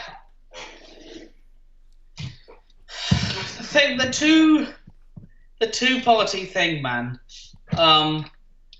We need two parties. That's the thing. But too far to the left, no. Same way too far to the right is also a big no. Right. But yeah, we need. There's going to be a third party soon. I mean, there are more than two parties. It's just a matter of trying to get them some kind of traction. I think. The Democratic Party is going to go bust. I see that happening in my lifetime. Yeah, I mean that may happen. I see, but then I see like the Democratic Party is going to go bust, and then the Libertarian Party will get more traction as the more centrist left. See, you know what I mean? The problem with the Libertarians is that, like, the problem with DC is that you're pretty much on one side or the other. So Libertarians, I mean, just like Bill Weld was running last time as the vice president for Libertarian Party. Now he's trying to primary Trump as a Republican. So it's just kind of weird how that works. Why would you try to primary anyone in their re-election campaign? You got people that just. I mean, there was no other candidate running when Bill Clinton ran for re-election. Look, if you look into the history of all the presidents running for re-election, no one tried to primary them. Right. No one in their same party tried to primary them. Yeah, that's right. That's right. But hey, Nippin, I gotta go ahead and roll on out because I'm at my time limit here. Yeah. It was nice catching up with you, ABL. Always, man. Definitely. I shall see you on Sunday. Yeah, Sunday your time, Saturday my time. Gotcha. Yeah. Unless something gets cancelled on Thursday, which it's highly unlikely. I got you. Otherwise, I'll see you on. If something gets cancelled on Thursday, I'll definitely be on. I got Otherwise, I shall see you on Sunday. All right. See, thank you for the call, man. Definitely appreciate it. See you then. Peace. All right. Thank you to my man Nipper for the call. Most certainly appreciate him. Let me see. I'm pretty much out of time, so I gotta go ahead and wrap it up. I'll take one more call, then I'm out. Last call. 580. You're on the line. Who am I speaking to? You're speaking to Kelly from Oklahoma again. All righty. You just keep taking my call. Well, the young man who called earlier and said his generation wanted somebody who didn't have drama. Yeah. It's so hard for me to understand that because if somebody had come in and taken over his home, you don't play nice with those people. You have to come in and do what you have to do. Mm-hmm. And as far as scandals go, Trump hasn't really had real scandals. I mean, he said some things that he probably shouldn't have said. However, if you look at his interviews from the 80s on up, his message is consistent. Yeah. He says today what he said then, as opposed to politicians who change with the wind. Right. And you have them on tape saying one thing, 10 years ago, and they change what they say. His message has been very, very consistent. Had they had anything on him scandalous, they would have used it. That's right. Period. They would have used it. The other thing I don't know why Colin Kaepernick is so special. I really don't know. If you have information for me, I would love to have it. Do you get to just say, okay, NFL, come watch me, and they come? Well, I think this was something that was set up beyond Colin Kaepernick's control because of Jay-Z. Jay-Z ain't to do with the NFL to do like a lot of their halftime stuff, the music. And he was a big Colin Kaepernick supporter. So probably as part of that deal, the NFL agreed to have work out with Colin Kaepernick at some point during the season. That's what I think. Because beyond that, I mean, just for a regular person that would get a tryout or a workout, you would never hear about it. It would just happen. Okay, well, I didn't know. I'm like, okay, well, I want to set something up with somebody. And then as I watched, I don't even know the lady's name who testified, Yovanovitch. What was her name? The last. Yeah, Yovanovitch. Okay, was that her name? She reminded me of that Christine, the Blasey Ford lady. Didn't she remind you of her? Sort of, yeah, a little bit. In that, I'm the victim. I'm so intimidated.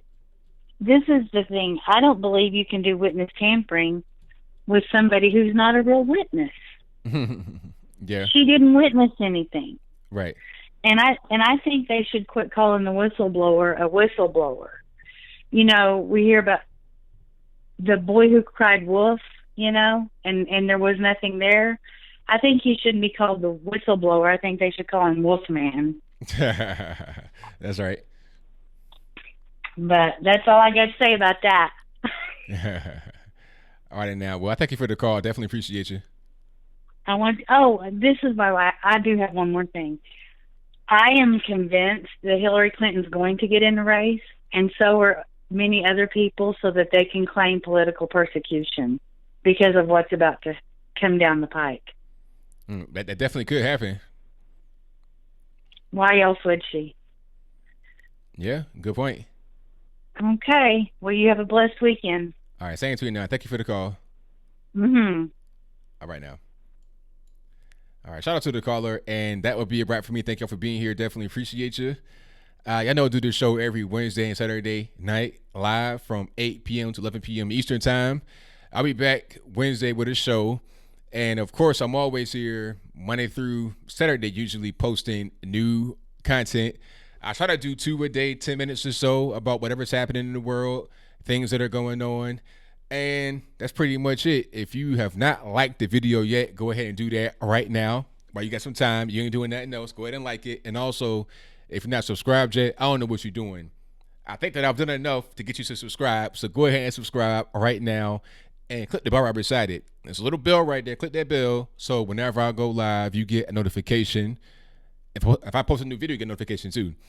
But that'll be a wrap. Thank you to the super chatters. You guys have been great. Shout out to the moderators. You guys have been great as well. Super chatters. I got 2 that I got to read right quick. And then I'm going to get to wrap it on up. Put a bow on the top. Thank you to Christina Littlejohn for your donation. I definitely appreciate you. She says hi. Well, hello. And shout out to Heretic, who says, great show. Let's put the bow on top. There you go. Beat me to it. Thank you for your donation and your kind words. I definitely appreciate you. And that will be a wrap. Shout out to the moderators. You got Michelle A, Elijah Jean, and Sel, Bill from the Hills. Shreebs, I see you in the chat, boss. Shout out to the whole squad. Shout out to all the people who have joined the channel through the monthly payment. And everybody else. You watching, you sharing, you liking, whatever you're doing. Thank you all for doing what you do. But that will be a wrap. So until next time, y'all be safe. I'm out. And peace.